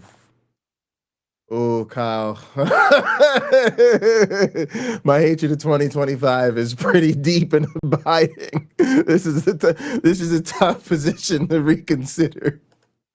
A stranger, but it's a moment of courage that we can all take to just cross that line and to say hello to somebody, say happy holidays, Merry Christmas, Happy Hanukkah, to bring cookies over to a neighbor and just see what happens when we begin to form those relationships. That is the building block of democracy. When we are isolated and alienated and afraid, it's so easy to control us. But when we're organized and when we have... So, KW, we were all taught the stranger danger. Yeah. I've seen different countries. I'm forgetting. I'm going to get it wrong, maybe. I think maybe even like Korea. Like there's a country where I was watching a news piece about like how much safer it is there. And one of the things they were showing is like all these unoccupied kids. Like they literally just let little kids, like they got to go to school or do whatever they got to do. Like you just see all these little kids walking around by themselves, the same age where like we were all taught, like you said, that stranger danger, and we never let kids be out in public, unaccompanied because we're so afraid something was going to happen to them. They're like latchkey kids at like 4 or 5 years old, but it's because it's safe. It's because like that's normal to them and it's not dangerous. Their kids are not getting, I'm not saying nothing ever happens, but for the most part, they ride like that because that's part of their culture. That's the norm in their culture. People look out for the youngins and they keep it pushing. And the kids are fine and they're safe.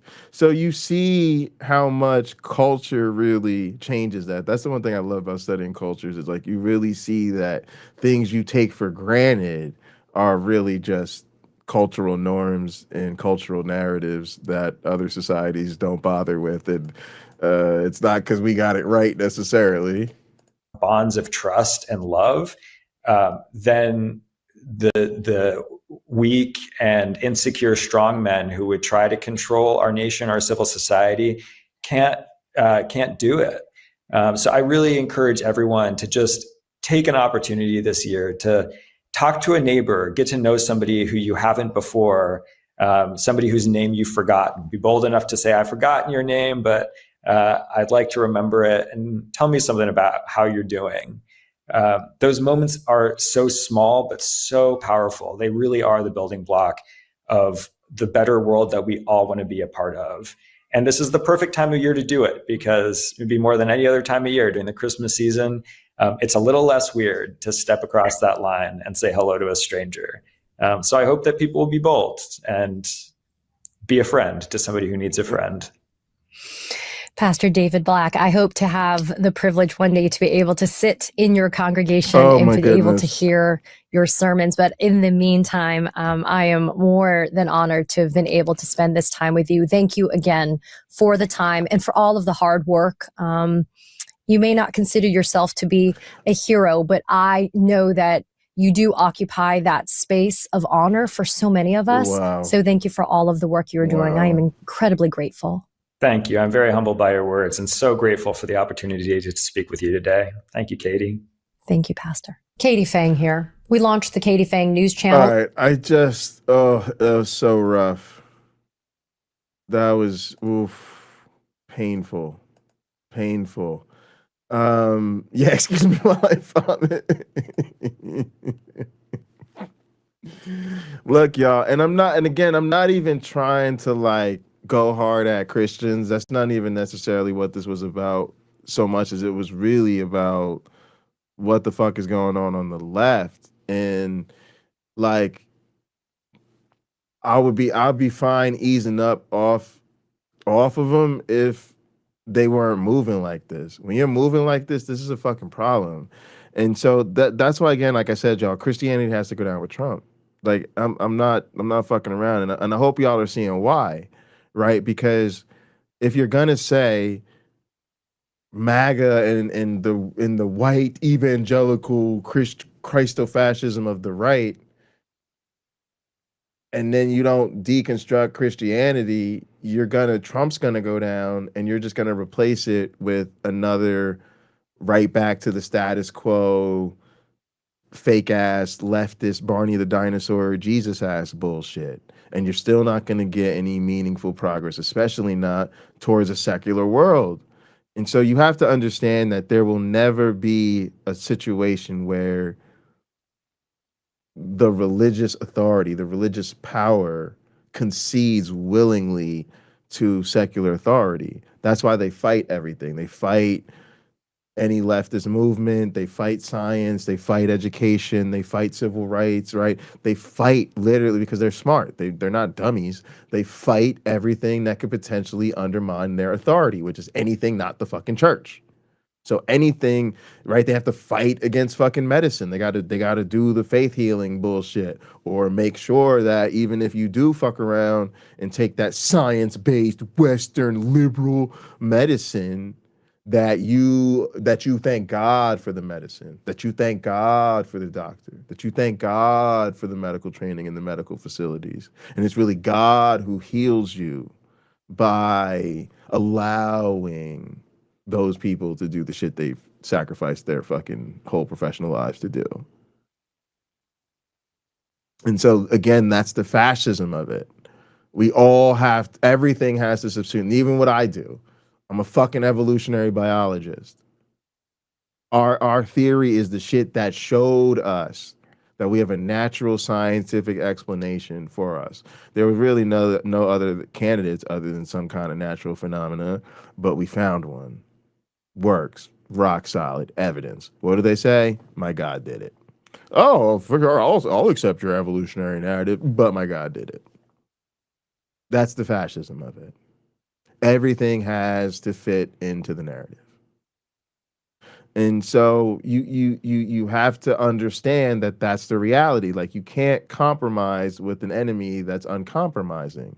You can't decide you don't really want to fight an enemy that decided that they declared war against you.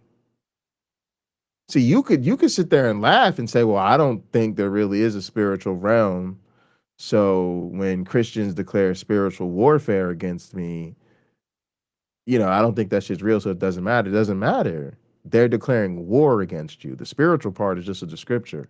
The spiritual part just defines what the battleground is for them. Fuck the fact that you think it isn't real.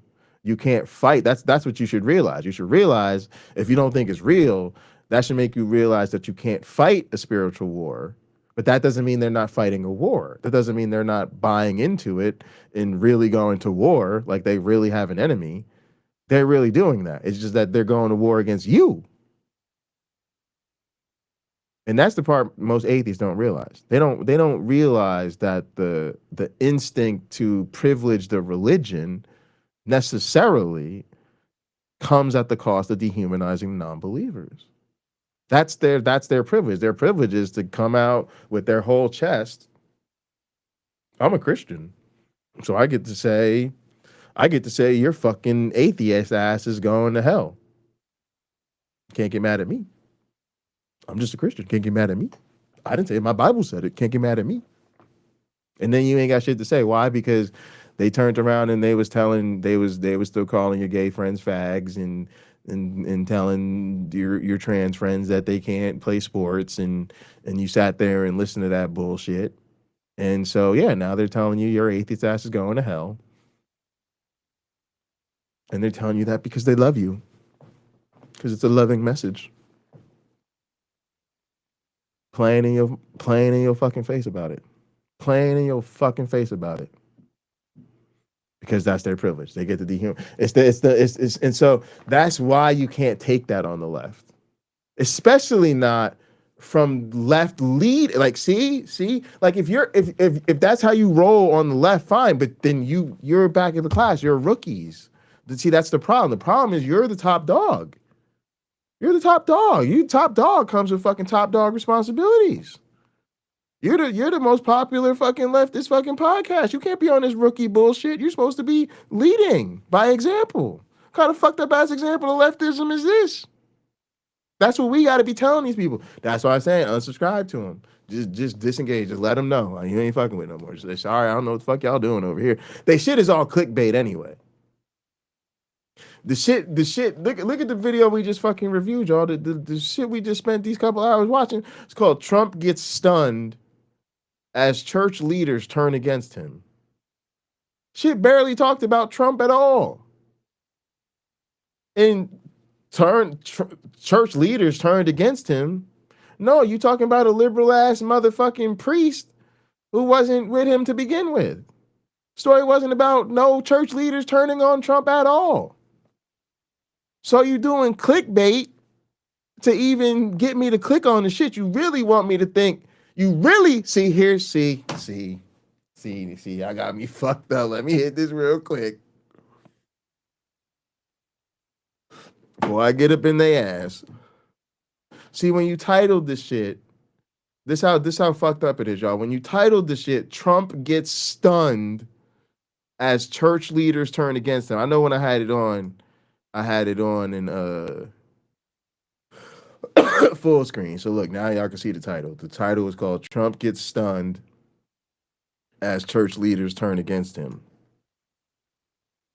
Story wasn't about church leaders turning against Trump. There was some allusions to some bullshit about a fucking interfaith super Christian coalition being built and it's on the left or whatever the fuck. That's always been the fucking case. Always been. That was literally no news at all. It had nothing. It wasn't, right? Trump gets stunned as church leaders turn against him. You think I'm clicking on this because I'm about to see some of them right-wing church leaders turned on him. Some of his faith advisors turned on him. Some super conservative, evangelical right-wingers turned on him and started preaching about this shit and really going at him. No, it was always a setup for liberal whitewashing of Christianity. So you could talk about how the anti-ICE Catholic dude, anti-ICE Catholic priest shot by ICE. That's what he really should have called it. But nobody would give a fuck. You would know already nobody gives a fuck about that, and that's not a very interesting story because we already know there's some performative ass fucking progressive fucking pastoral types and nobody gives a shit. So instead, you wanted to make it sound like there's really something happening, like the Christo-fascist conservative core is really turning on Trump. And you know what's so fucking lazy about that, y'all? Can I tell y'all what's so fucking lazy about that? Please hang on for a second. Because when I tell y'all what's so fucking lazy about that, it's going to be subtle, but it's going to blow your mind at the same time.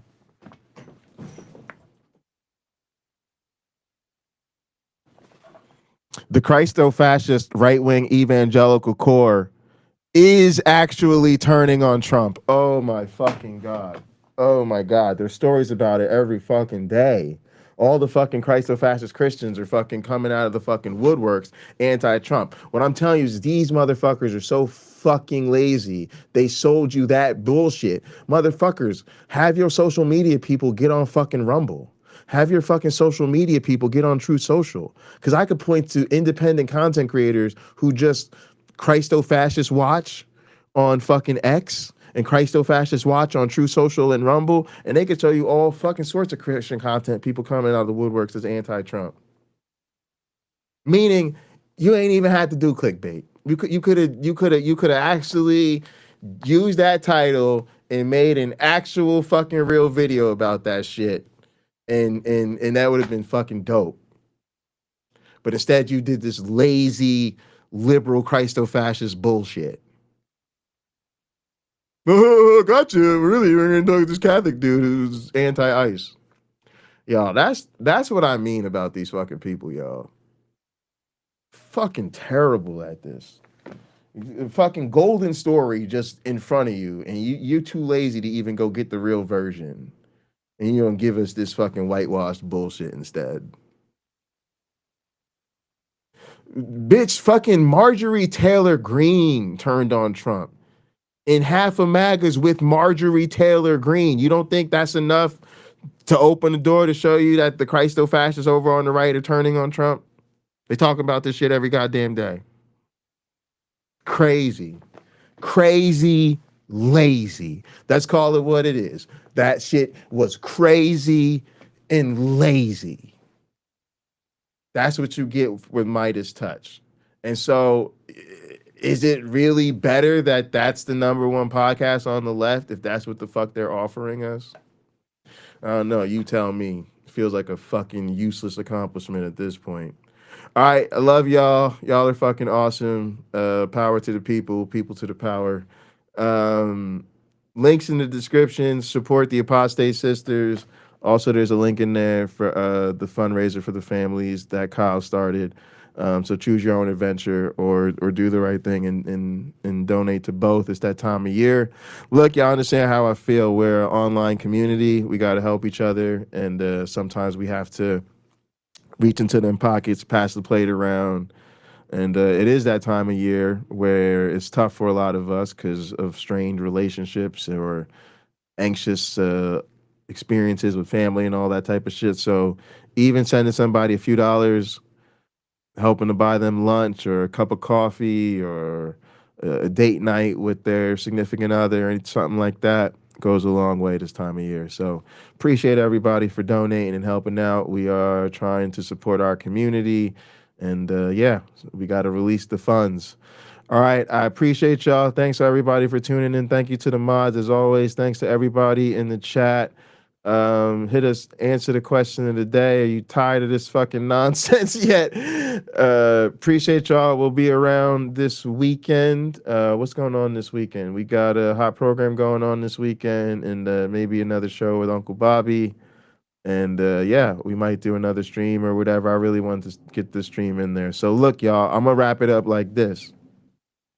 If you don't want to get ready to go back to church, if you don't want all our streams to be like this stream where we got to start with fucking worship music, where your ass got to go to bed early on fucking Saturday night because you got to get up forever and go to church on Sunday morning to do leftism, okay? If you don't want the soft liberal Christo-fascism, y'all, you got to tell them we ain't with that shit. You got to tell them they doing Christo-fascism on the right, and they doing Christo-fascism on the left, and I ain't with none of it. And I ain't with none of it, because I ain't going back to church. Shit, I like sleeping in on Sunday. All right, appreciate y'all. Keep it real and keep it together. We'll see you next time. Said I'm gone.